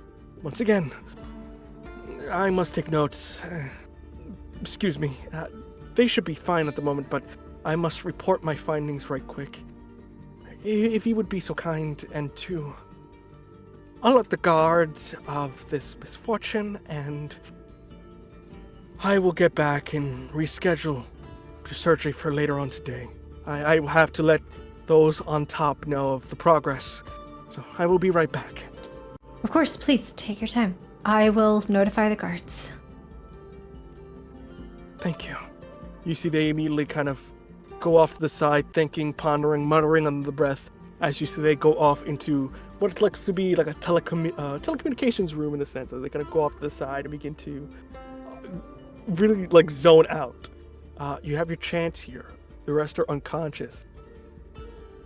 I am going to immediately go. Omera does not have time, I think, to process the fact that what they tried to do and what they actually did were two very different things. And I think they like take a quick glance at their wings, notice, I think, the similarities to Bast, the similarities to Myson's domain, and also their own, I think, magic kind of flowing through it. Put that to the side for now. That is a problem for later. And Ray is going to go over to these controls. And you said that it was pretty simple, right? So Ray is just going to start moving toggles, pressing buttons, whatever is needed to do exactly what they set out to do, including putting the ladders down so that we can get more people out of harm's way. Question for me here. Are we doing this as a calculated kind of moves like that, or are we more impulsive here? Just like not really thinking, just like this is what I need to do, So is it this a little bit more, are you doing this impulsively of like doing it as fast as you really can, or are you like taking your time a bit of like, do this, next step? Omera is doing this impulsively, I think. I don't think they have the, they've been hit with the shock of the wings coming out and everything happening, and just this whole situation, I think, is such that Omera doesn't have the wherewithal to really be methodical about it. So, with that, you're active impulsively, so I will answer what advantage you get in this instance. With that in mind, you are very fast, turning. You see them go off one by one. Boom, boom, boom, boom, boom. You can hear rushing water. You can see up top, it was kind of like no light or sunlight or anything. You see the grays from outside begin to show up as water lands in. A kerfuffle and sort of noises going in. That goes down, and with that, you see the ladders also position themselves. It is now time for you to answer what trouble hits you hard and fast. Bast is the trouble that hits hard and fast, in the sense that Nava needed to inform her superiors of what has happened. And who exactly is the superior in this situation? Unfortunately, it is Bast. And so I think Bast is notified of the fact that Omera's surgery has been delayed and rescheduled, and is now likely to check up on what is going on. And so the amount of time that we would have had between, Bast acting has shortened significantly, so we have less time to get everybody out. Fantastic. So with that, you're in the room. Bast isn't here yet. You can hear him barking orders outside. As we're told, when these things go down, water's going to come in, and it takes a while for these things to get back up. So right now, they're very much like putting out fires, in the sense of like, you see guards shuffling about, they're telling prisoners they're being escorted down. For your instance here, you notice there is kind of a way out of here. Something you didn't think about at instance, but it may hurt you a bit. There is a chute. Primarily, they do this for a lot of either stuff has to get set down real quick, or if a dead body needs to be sort of just thrown downstairs to be tossed into fire. There's a way to go down. You can go down it, but you gotta take a strain due to the fact that it's kind of, especially where you're going, is long, and even though you have wings, it's still a confined space, so it's very much kind of folding yourself in. I'm gonna take it. Fantastic. You take one strain as you go into this sort of slide, in a sense. Going down, it's rough due to the fact that you kind of get like coal on your face, or sort of that smear of the soot and whatnot that is being transferred in here. Going down, you hit bottom fast and hard, would hurt somebody a little bit more seriously, but since you are a little bit more sturdy, you are able sort of just to get a couple, maybe a scrape or so along your legs as you find yourself on the bottom floor. As you are down here, you see that a number of the guards are screaming up top. You see Bast flying about, screaming orders, primarily here. All right, old prisoners. Stay in your cells, go down to the lowest levels. We are simply have a malfunction of the water kind. You'll live. Believe me, I don't let my disciples die so easy. Going back and forth, you see on the other side, Aiden sees you and kind of gives you kind of like to come over here from the other side as everybody's kind of scrambling and going about.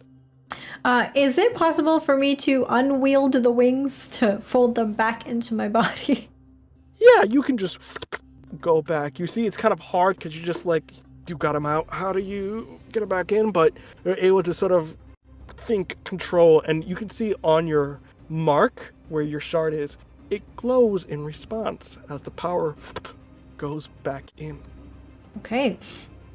Omera will, I think, probably at some point during that descent down the chute, noticing that it was a very tight fit, will awkwardly and uncomfortably bring the wings back in, and then seeing Aiden is going to beeline for him.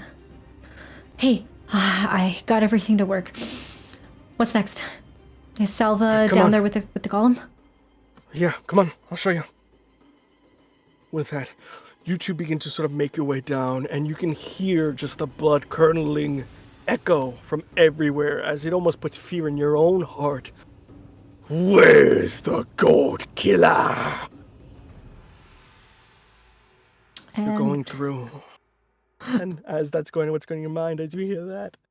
Omera, I think, like, looks over towards where Bast's voice is coming from and tries to make themselves smaller and like fit into the crowd a little bit more to try and sneak away so that Bast doesn't see them. Not too hard. There's a lot of prisoners here, and you see that he's starting from the top because he's just like, they can't get far. And you see he's doing the sweep. He will eventually get down here. But with that in mind, you have some time. You begin to go through the rocks. At first, it is sort of the normal kind of tunnels that there's throughout this place. Very crude and sort of unkept. But then you begin to see that same sort of structure that you saw before all the way in Stalfin. That sort of smooth jet black obsidian that's more refined. And as you enter in it, you see it opens up to a larger cavern. It seems to be of some sort of old, maybe forge or some place of a workshop. As you can see what looks like to be remnants of these intricate and beautiful tables made of brass, but with stone that has sort of grown on them. And you see laying in the middle, very much almost like a kind of like that mechanoid station, what looks like to be a golem, but it is not necessarily something of a war, but something of art. You see it has the vestige of a handsome face, of something of pain, sorrow, but of proudness and of stone. It's a face to stand time. Shining with its metal, you can see that faceplate is really the only kind of well-kept after all these years, as every other part of it is a rusted bit of chrome. At the moment, sitting down, it is 10 feet, but you know if this thing gets up, it's about 20, which is pretty big. But at the moment, you see Salva is currently working, opened up the chest, very much like a car doors, in that sense of like opening up the hatch, and you can see that they're trying to connect at the moment their core into where a core would have been in this thing. Even though it's old, the technology seems to be compatible or the same. Few modifications here and there, but for the most part, core can act as a battery. You see Jasea is also on the side. You see they have sort of a makeshift shiv in their hand, just in case, as they pull it out before they see the two of you, and you see Aiden goes, it's okay, it's us. awestricken by the beautiful piece of art in front of them and by the geological features around them. Omera, I think, runs rare hand along one of these like obsidian rocks. And does it feel similar to the ruins in Stoflin, as well as looking similar? Does it have that same feeling of old divinity that Omera had recognized in the ruins? Looks similar, feels different. It is still of the boundless, but this is to somebody else. This isn't to whoever may have been in Stoflin. This seems to be devoted to somebody else. May I roll to recognize a god in this place? Please do.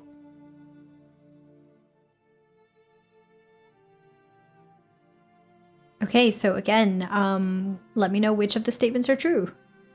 Yes, I always forget about that. I like just roll. No, fantastic. You are in their domain, so I will say that. You're not familiar with their gospel, and again, not a bad thing if you didn't know, because it's very much just like, oh, this is one of their places. So you get a +1 to this. We get a rare dub. I got a 9. Got a 9. A rare dub gives you clear interpretation of their omens. You know this to be of the boundless. From what you remember reading back in school, this one in particular is to the balanced version of Aldir. Aldir is very much, from your interpretation, Valor and Smith. This one is kind of like a similar nature to it, but they were known as Bulba.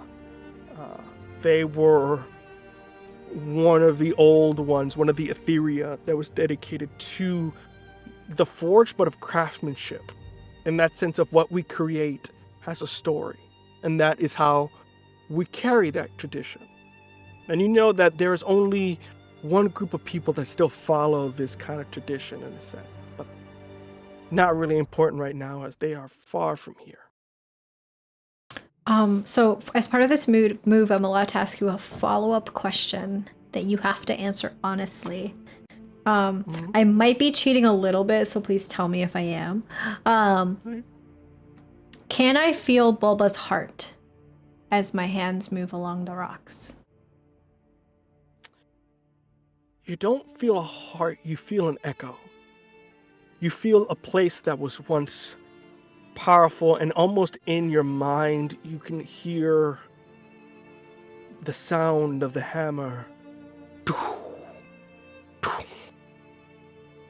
Rings, crowns, swords, bows. All manner of creation was made here. For laughter, for family, for enemies, for rivals. It is a forge that is merely an instrument, whether it be for good or bad, which tells you a little bit of the god. Craftsmanship doesn't have feeling in that sense. It can be used for anything.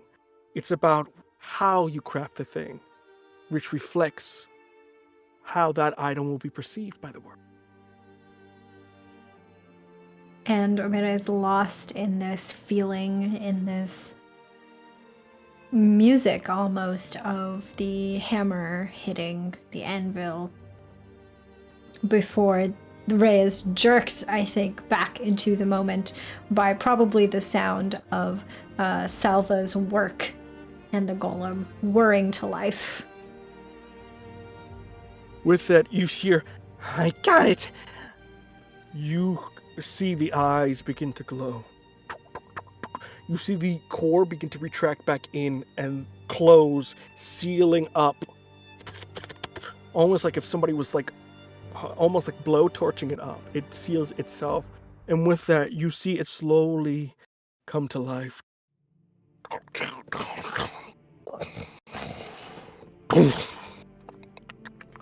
It stands at a magnificent 20 feet tall. As you see its eyes glowing, looking to Salva. It speaks in a language you don't understand, but Salva very hastily pulls out what looks like to be instructions that they kind of wrote and kind of go, Balasula ska. And you see it kind of respond in recognition.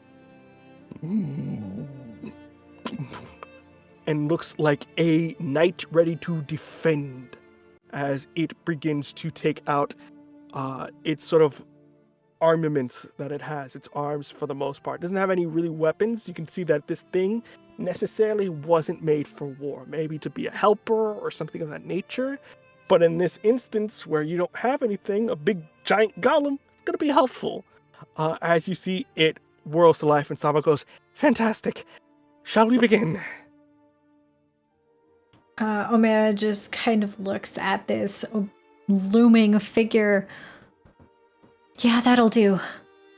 Okay, let's start directing everybody. With that, you see, he gives the command, Hasaka. You see, immediately kind of lands into the lava, almost like a swimming pool going into it. And you see these doors that weren't there before immediately begin to open, breaking the cells that were kind of in between as this hidden hatch is opened. And you see one of the guards going, fucking hell, what is that? As you see, this thing begins to come out of the lava, super meta heat, and begins to just smashing everything in as you begin to hear the ping, ping, ping, ping, coming off of it as they're just shooting this thing. With that, Aiden goes, guess what, assholes? Time to get out of here! And you see everybody go, ah!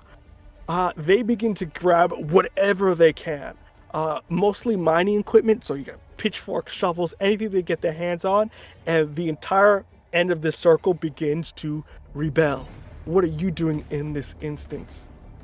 I think Omera's thought is that they are best used in this moment by shielding the other prisoners and distracting the guards that they have a chance to get out.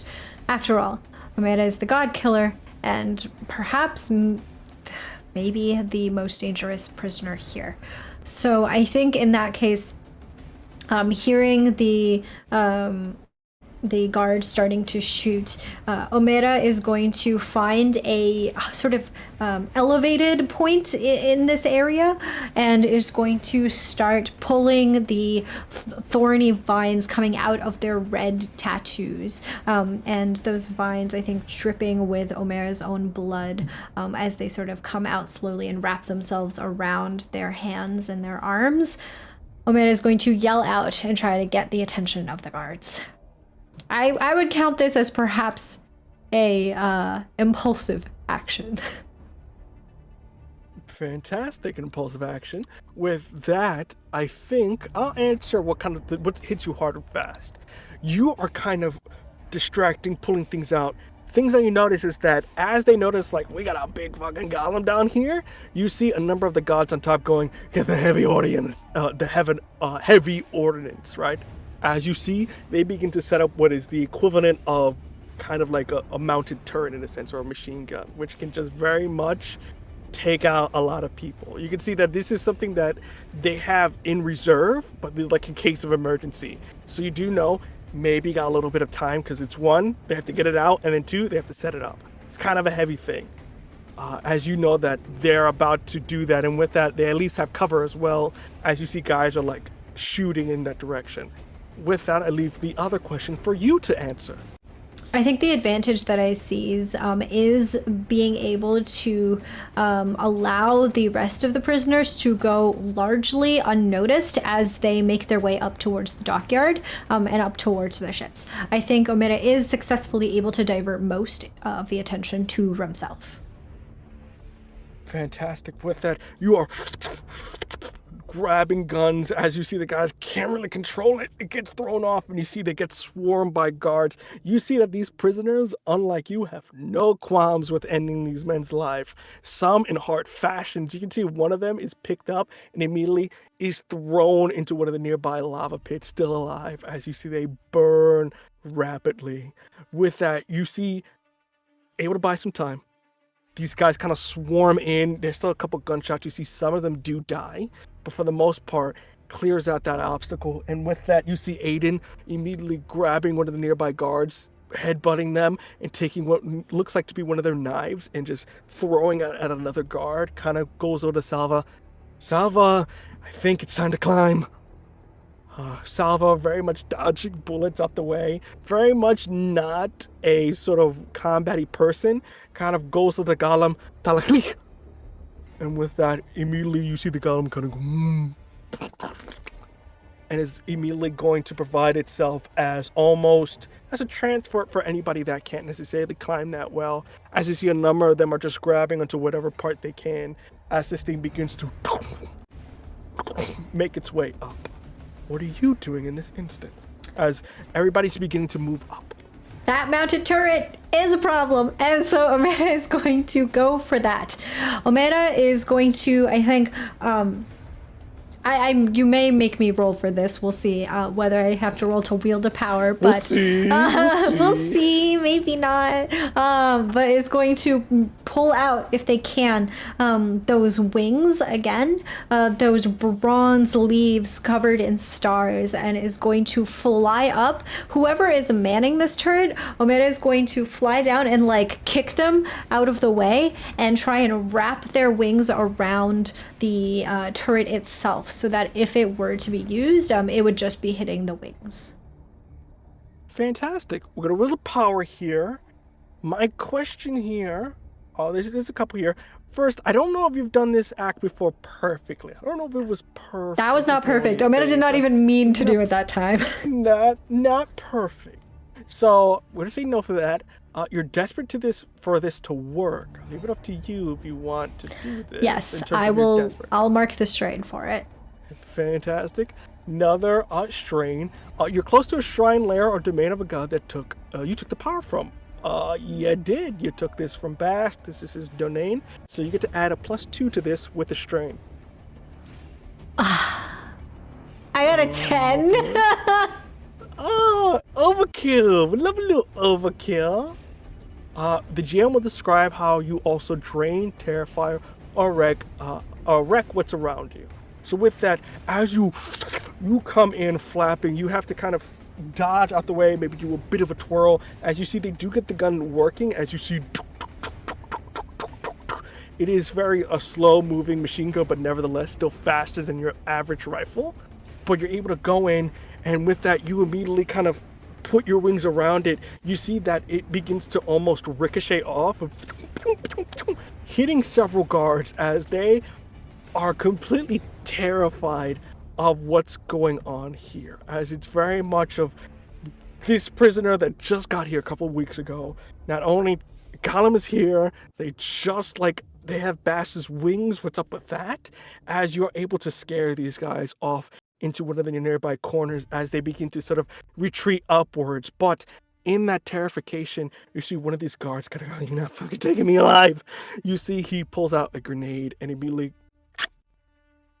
and is about to throw it on the bottom. Are you gonna do anything in terms of like stopping this, or are you just gonna let him just throw it?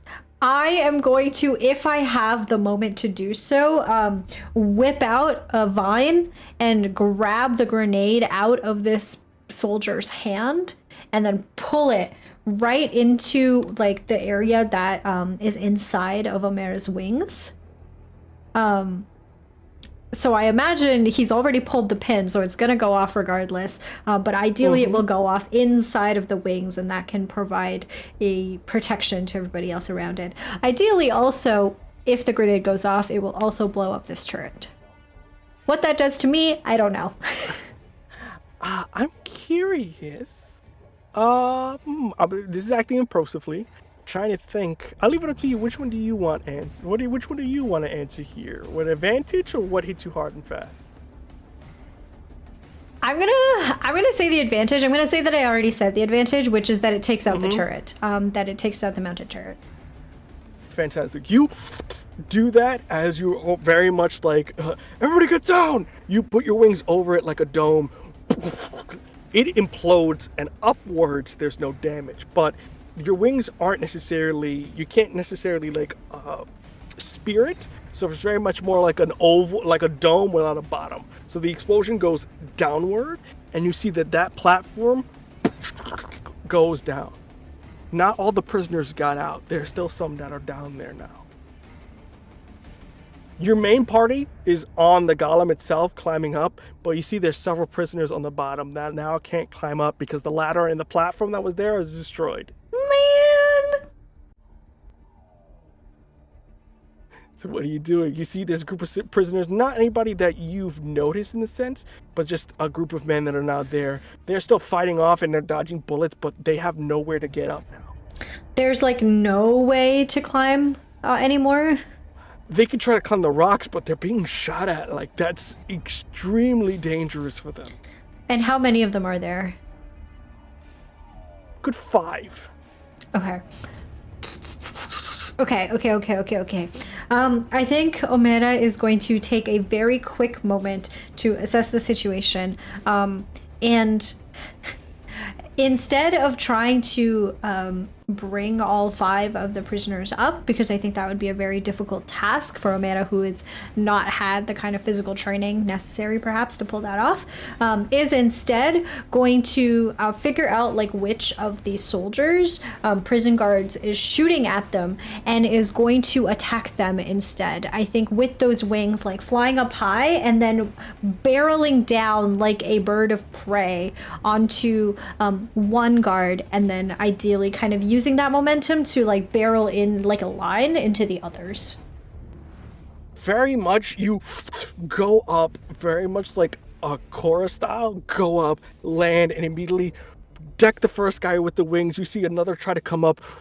You use the sort of air and sort of speed of it to sort of push them back as you're sort of taking on these guards here. Very much using these things more as mobility and shield rather than anything of that nature. My curious question for you is Omera doing any fatal damage? Are you, in terms of when you're hitting these guys back, are you still very much like non-passive or not going for fatal blows? Or are you whatever happens? Omera is trying to make this non-lethal, so I think Omera's goal is like disarm them, get them to like the most that they'll do is get them to pass out, but otherwise they're trying not to kill anyone. Fantastic. With that, you buy enough time. At this point, you see that the golem has to kind of boom, boom, boom, comes back, extends a hand out, and the 5 are able to get up. And for the moment, time kind of passes. There's fighting going all around. You see some bodies are falling of guards, prisoners, and you can hear gunshots ricocheting, and at the same time, water, almost like what looks like to be maybe 6 separate waterfalls, begin to form on the bottom. You see smoke, which is kind of maybe helping you in this instance, begins to form upwards because it's hitting the lava pits that are sort of open. So it provides you with some steam for cover at the moment as it's sort of protecting the golem.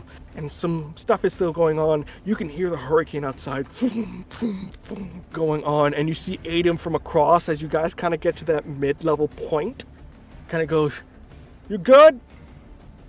And I think Omera kind of like yells across, "Yeah, I think I'm gonna, it seems like everything is handled here. I'm gonna go up ahead and make sure that the way is clear for you."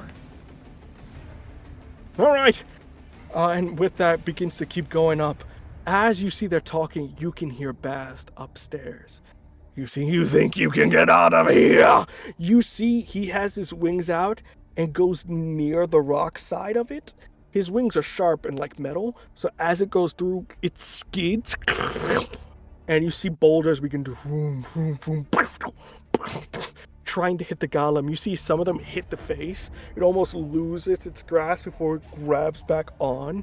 And you can see that if it's not stopped, all these people are just going to fall as these boulders are kind of very much, he's being a nuisance on the top.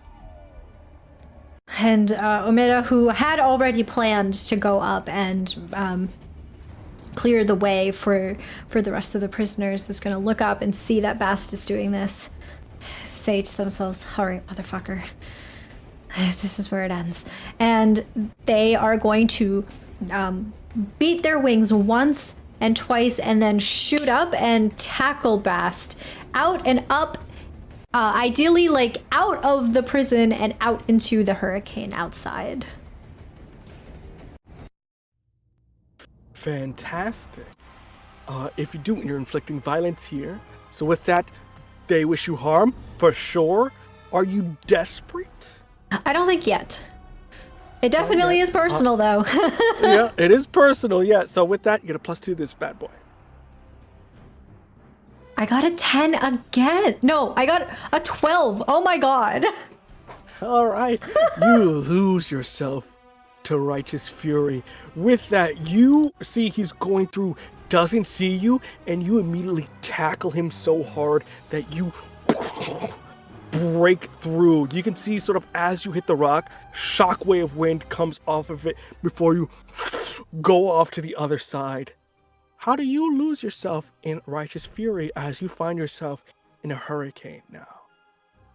All of the grief of having lost William and all of the guilt that Omera feels about it being Rare fault is welling up inside of them as they see Bast. And I think in that, they didn't intend for it when they went, but in that trajectory that Omera was gunning for Bast, I think all of those emotions kind of fueled them without even them intending it to, and they hit like a freight train to Bast, and just all of this anger and guilt and grief pours out of them like the waterfalls that are pouring down into the prison itself, and Omera isn't able to hold himself back to prevent Bast from being like actually injured in a very real way.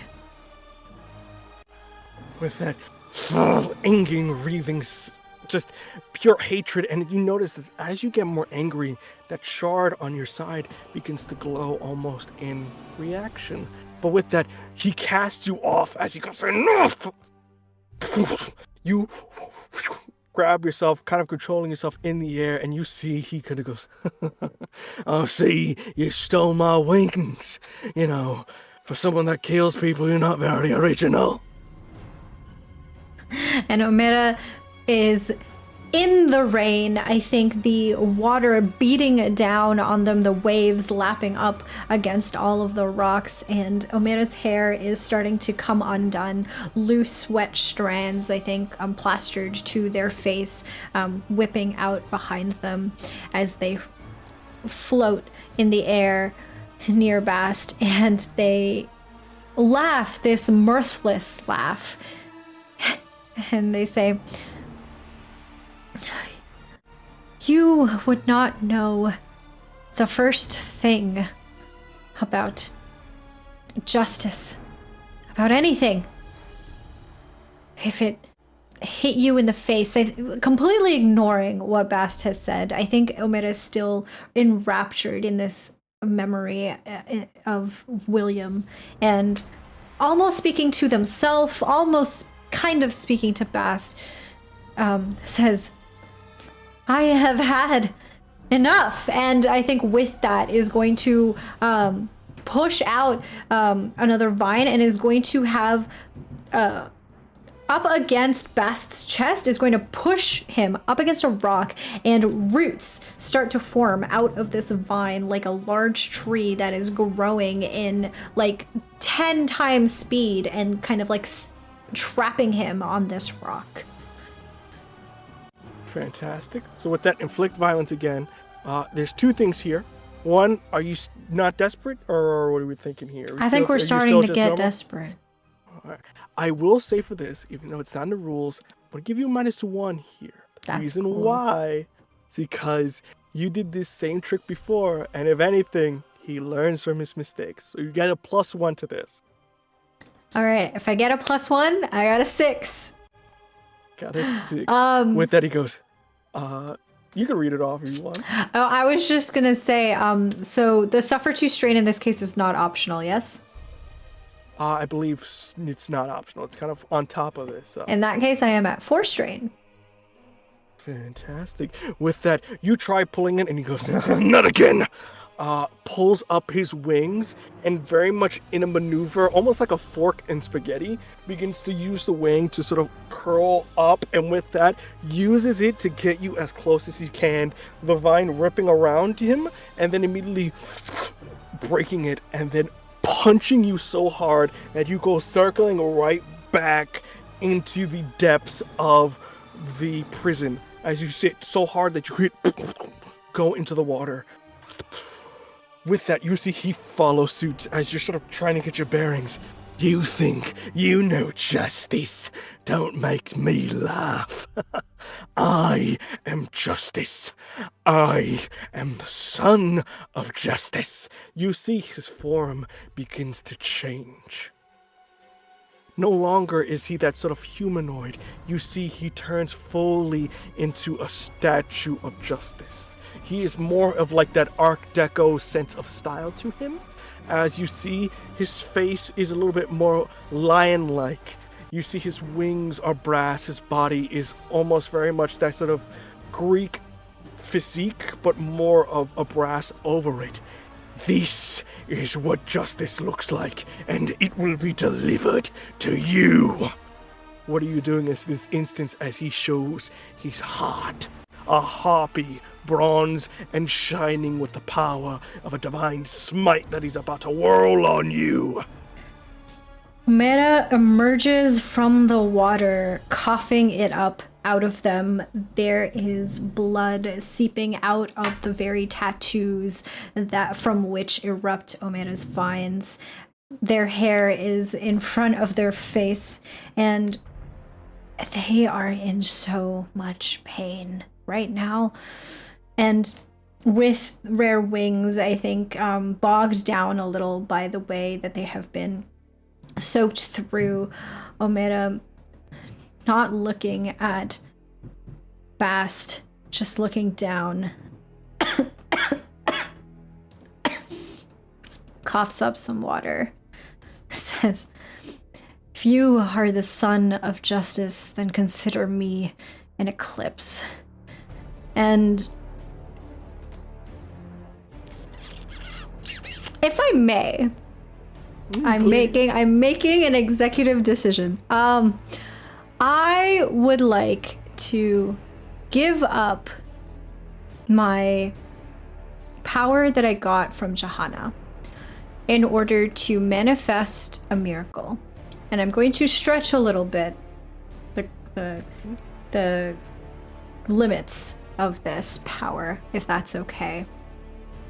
As we know, Johanna is, or was, the Archon of Secrets and Blood. And I think it is the blood part that Omera seeps into and taps into in this moment. Like I said, Omera is bleeding from their tattoos, and I think that blood starts to trickle down faster and faster, almost like their own little waterfalls pouring out of Omera. If Omera becomes the prison itself, those are the waterfalls forming out of them.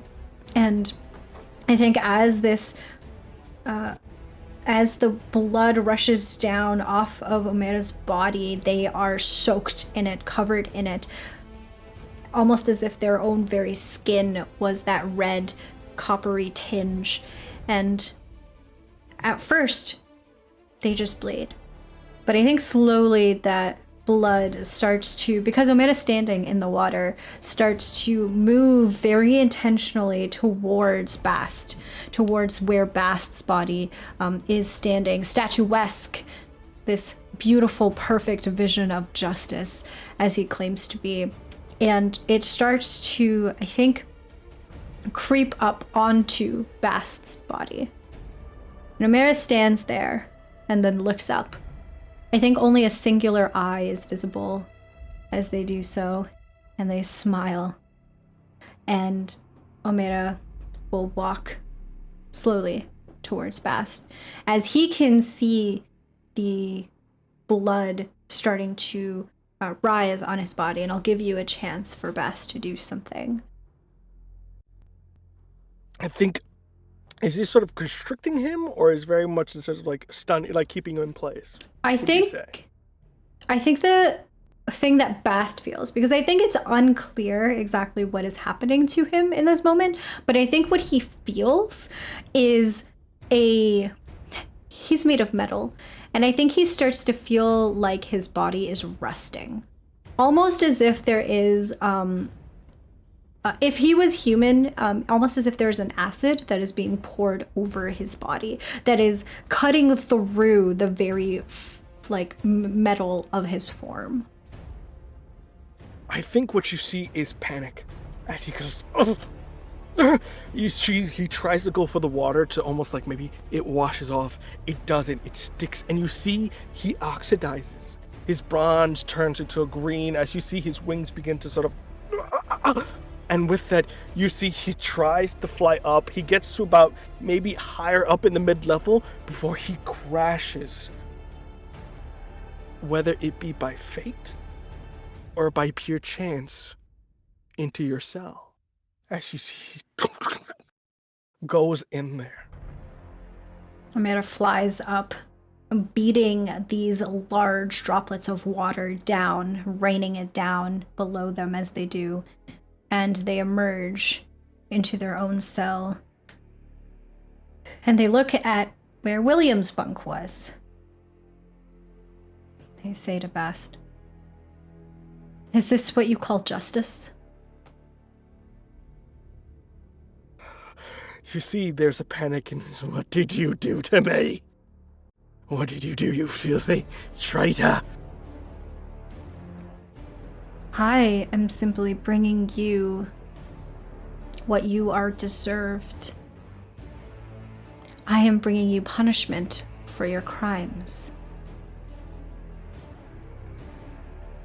I have no crimes. I am the son of justice. You tell me I have crimes, please. You know who else? You know who really has crimes? As you see he irking in pain. Your brother's in the shitter. Don't talk about my brother.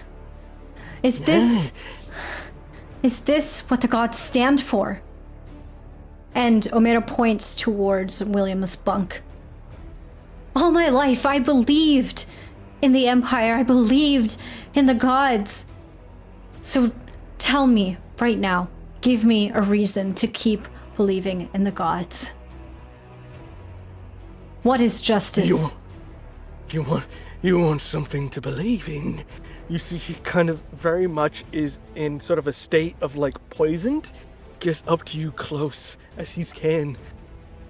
You should fear their wrath. If they find out, they will burn your homes to the ground and make your people understand why Anir is emperor. You kill me, my father will ensure that you will never have a peaceful day on this fucking world. And if I don't kill you, will you be able to admit to the cruelty with which you have conducted your whole operation here? Will you be able to repent for what you've done?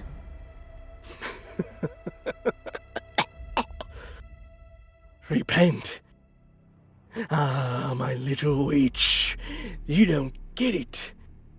You think you're the hero in this story, but I'm the hero. I'm the person that stands between order and chaos, and let me tell you, that thing in your fucking chest is what is chaos. Then maybe law, order, justice. Maybe all of these things are false gods after all. And if they're false, what are you gonna do? Kill me? Last time I checked, Johanna was an accident. You think you got the cojones to kill me straight up? And you see very weakly puts his arm out. Come on, I know you've been looking at my neck. Remember the way I slit William's throat? It's easy. Just take the knife, puts it in your hand, puts it up to his throat, and then cut. Come on. Ah, I know I am justice. I know I have a place in the heavens. So why don't you do it then? If you're so fucking sure. And hand trembling, Omera is not able to slit the throat of this god in front of them. But this god does not deserve to call himself a god. He does not deserve to call himself justice, order, law. And so, as part of this miracle that Johanna had gifted to Omera in her death, Omera is going to suck the blood, if gods even have blood, very life force from Bast slowly out of himself, and just like that river of blood before, it will flow backwards into Omera's body itself, through their tattoos into their body. And they will kill Bast, slowly and painfully, because he does not deserve anything else. If you be so kind for me, roll 2d6 as you kill a god. Straight up, no modifiers. Ah! I got a 6! You got a 6? Oh, baby! They bestow a curse upon you with their dying breath. You see the blood.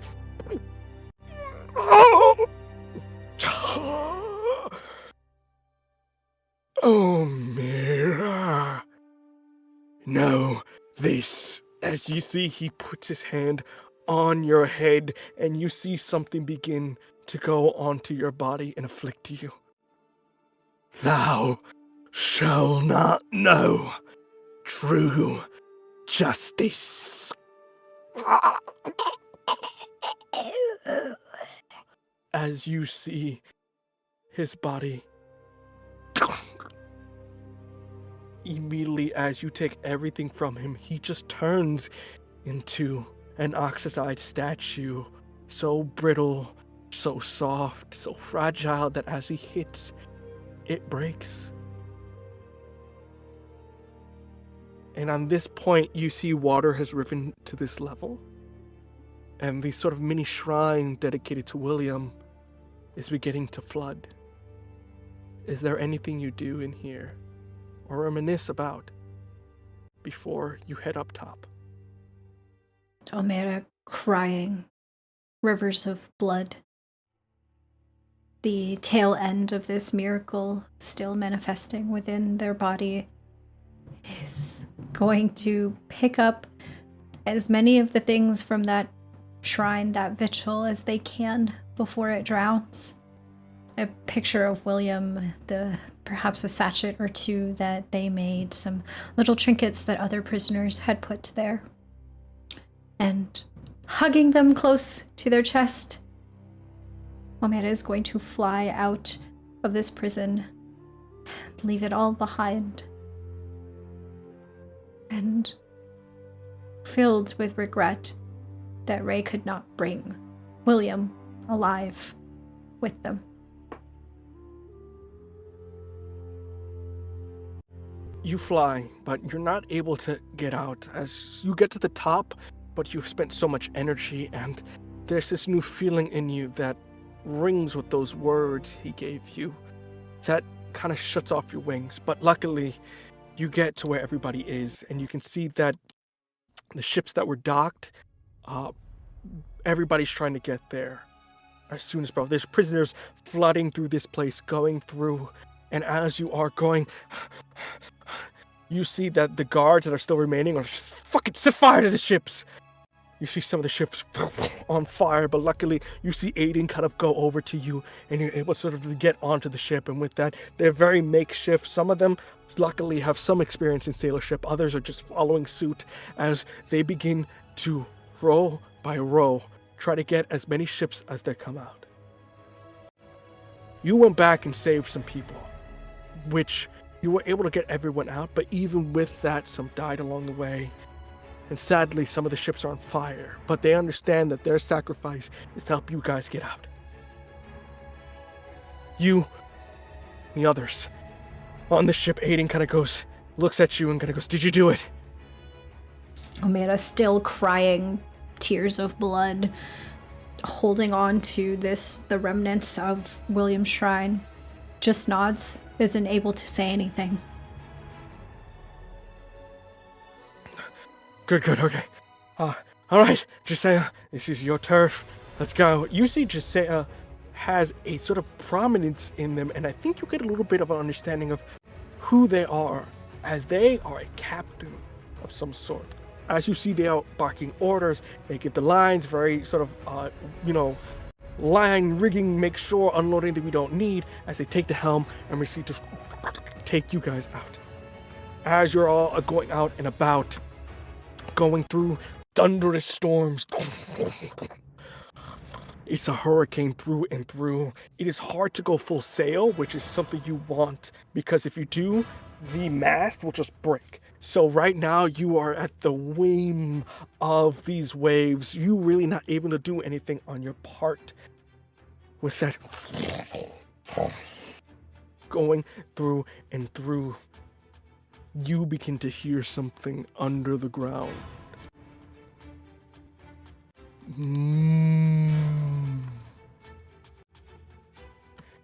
And she's like, shit. You see one of the nearby ships, what looks like to be a mechanical tendril, come down on it. Other men immediately dive out the way. Everybody takes a corner. It's very much serpentine directions. And with that, you going through, you see, looking behind you, the prison, which was this small little island with a little bit of metal on top. It was surrounded by something much bigger. With that, you think you're almost at the pass, as you guys are able to sort of serpentine and go through the way. As you see, there's kind of an opening. But with that, you see one of the nearby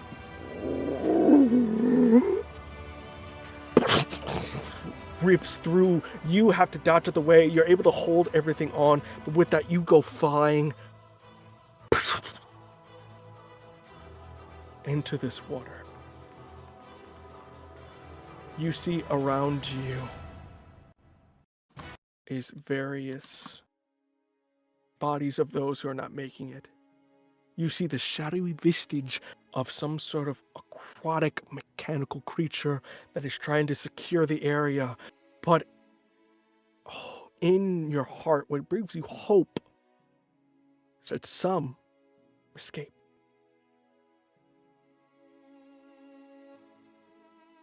What is going through your mind as you're kind of passing out here? Just due to the amount of energy and strain, you still have the items onto you, holding it. But what's going through your mind in this instance? A repeat of the thing that Yakin had taught them so many years ago. No matter what, don't lose yourself. And in this moment, perhaps not in the way that Yakin had meant or could ever have dreamed of or predicted, Omera feels that for the first time in perhaps a long time, perhaps ever, they are doing something right.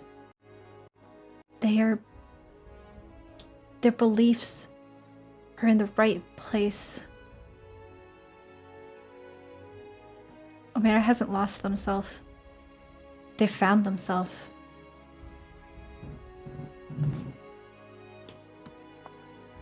And you swear, as you look up upon the water, that you see resting on it and looking down at you, that of a magnificent white stag. And that is where we shall end the episode for today. Yay! Oh my god, Ada! Oh my god, Ada! Oh my god, hi! Girls, Oh my god, good. it's been so long! Kill the kid! Fantastic. With that, everyone, we hope you enjoyed this episode of Forsaken. With that in mind, I will leave it to our God Killer to give in their sweet, sweet plugs. With that, Humna, take it away. I pulled the trigger too early. Hello, everybody. My name is Humna. I use any and all pronouns, and I am a TTRPG performer and producer. Today, I have been the God Killer Omera, who uses they, they pronouns, who is changing on the precipice, past the precipice of change. Who knows what they'll do now?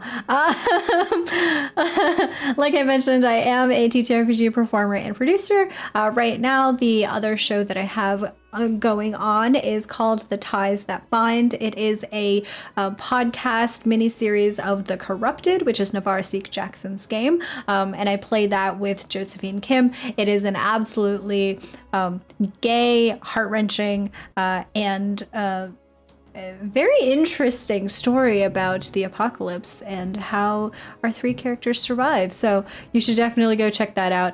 I believe we're on episode 4 that has been released right now, so you've still got some time to catch up if you haven't seen it already or listened to it already. But yeah, and with that, I'll pass it over to Chris.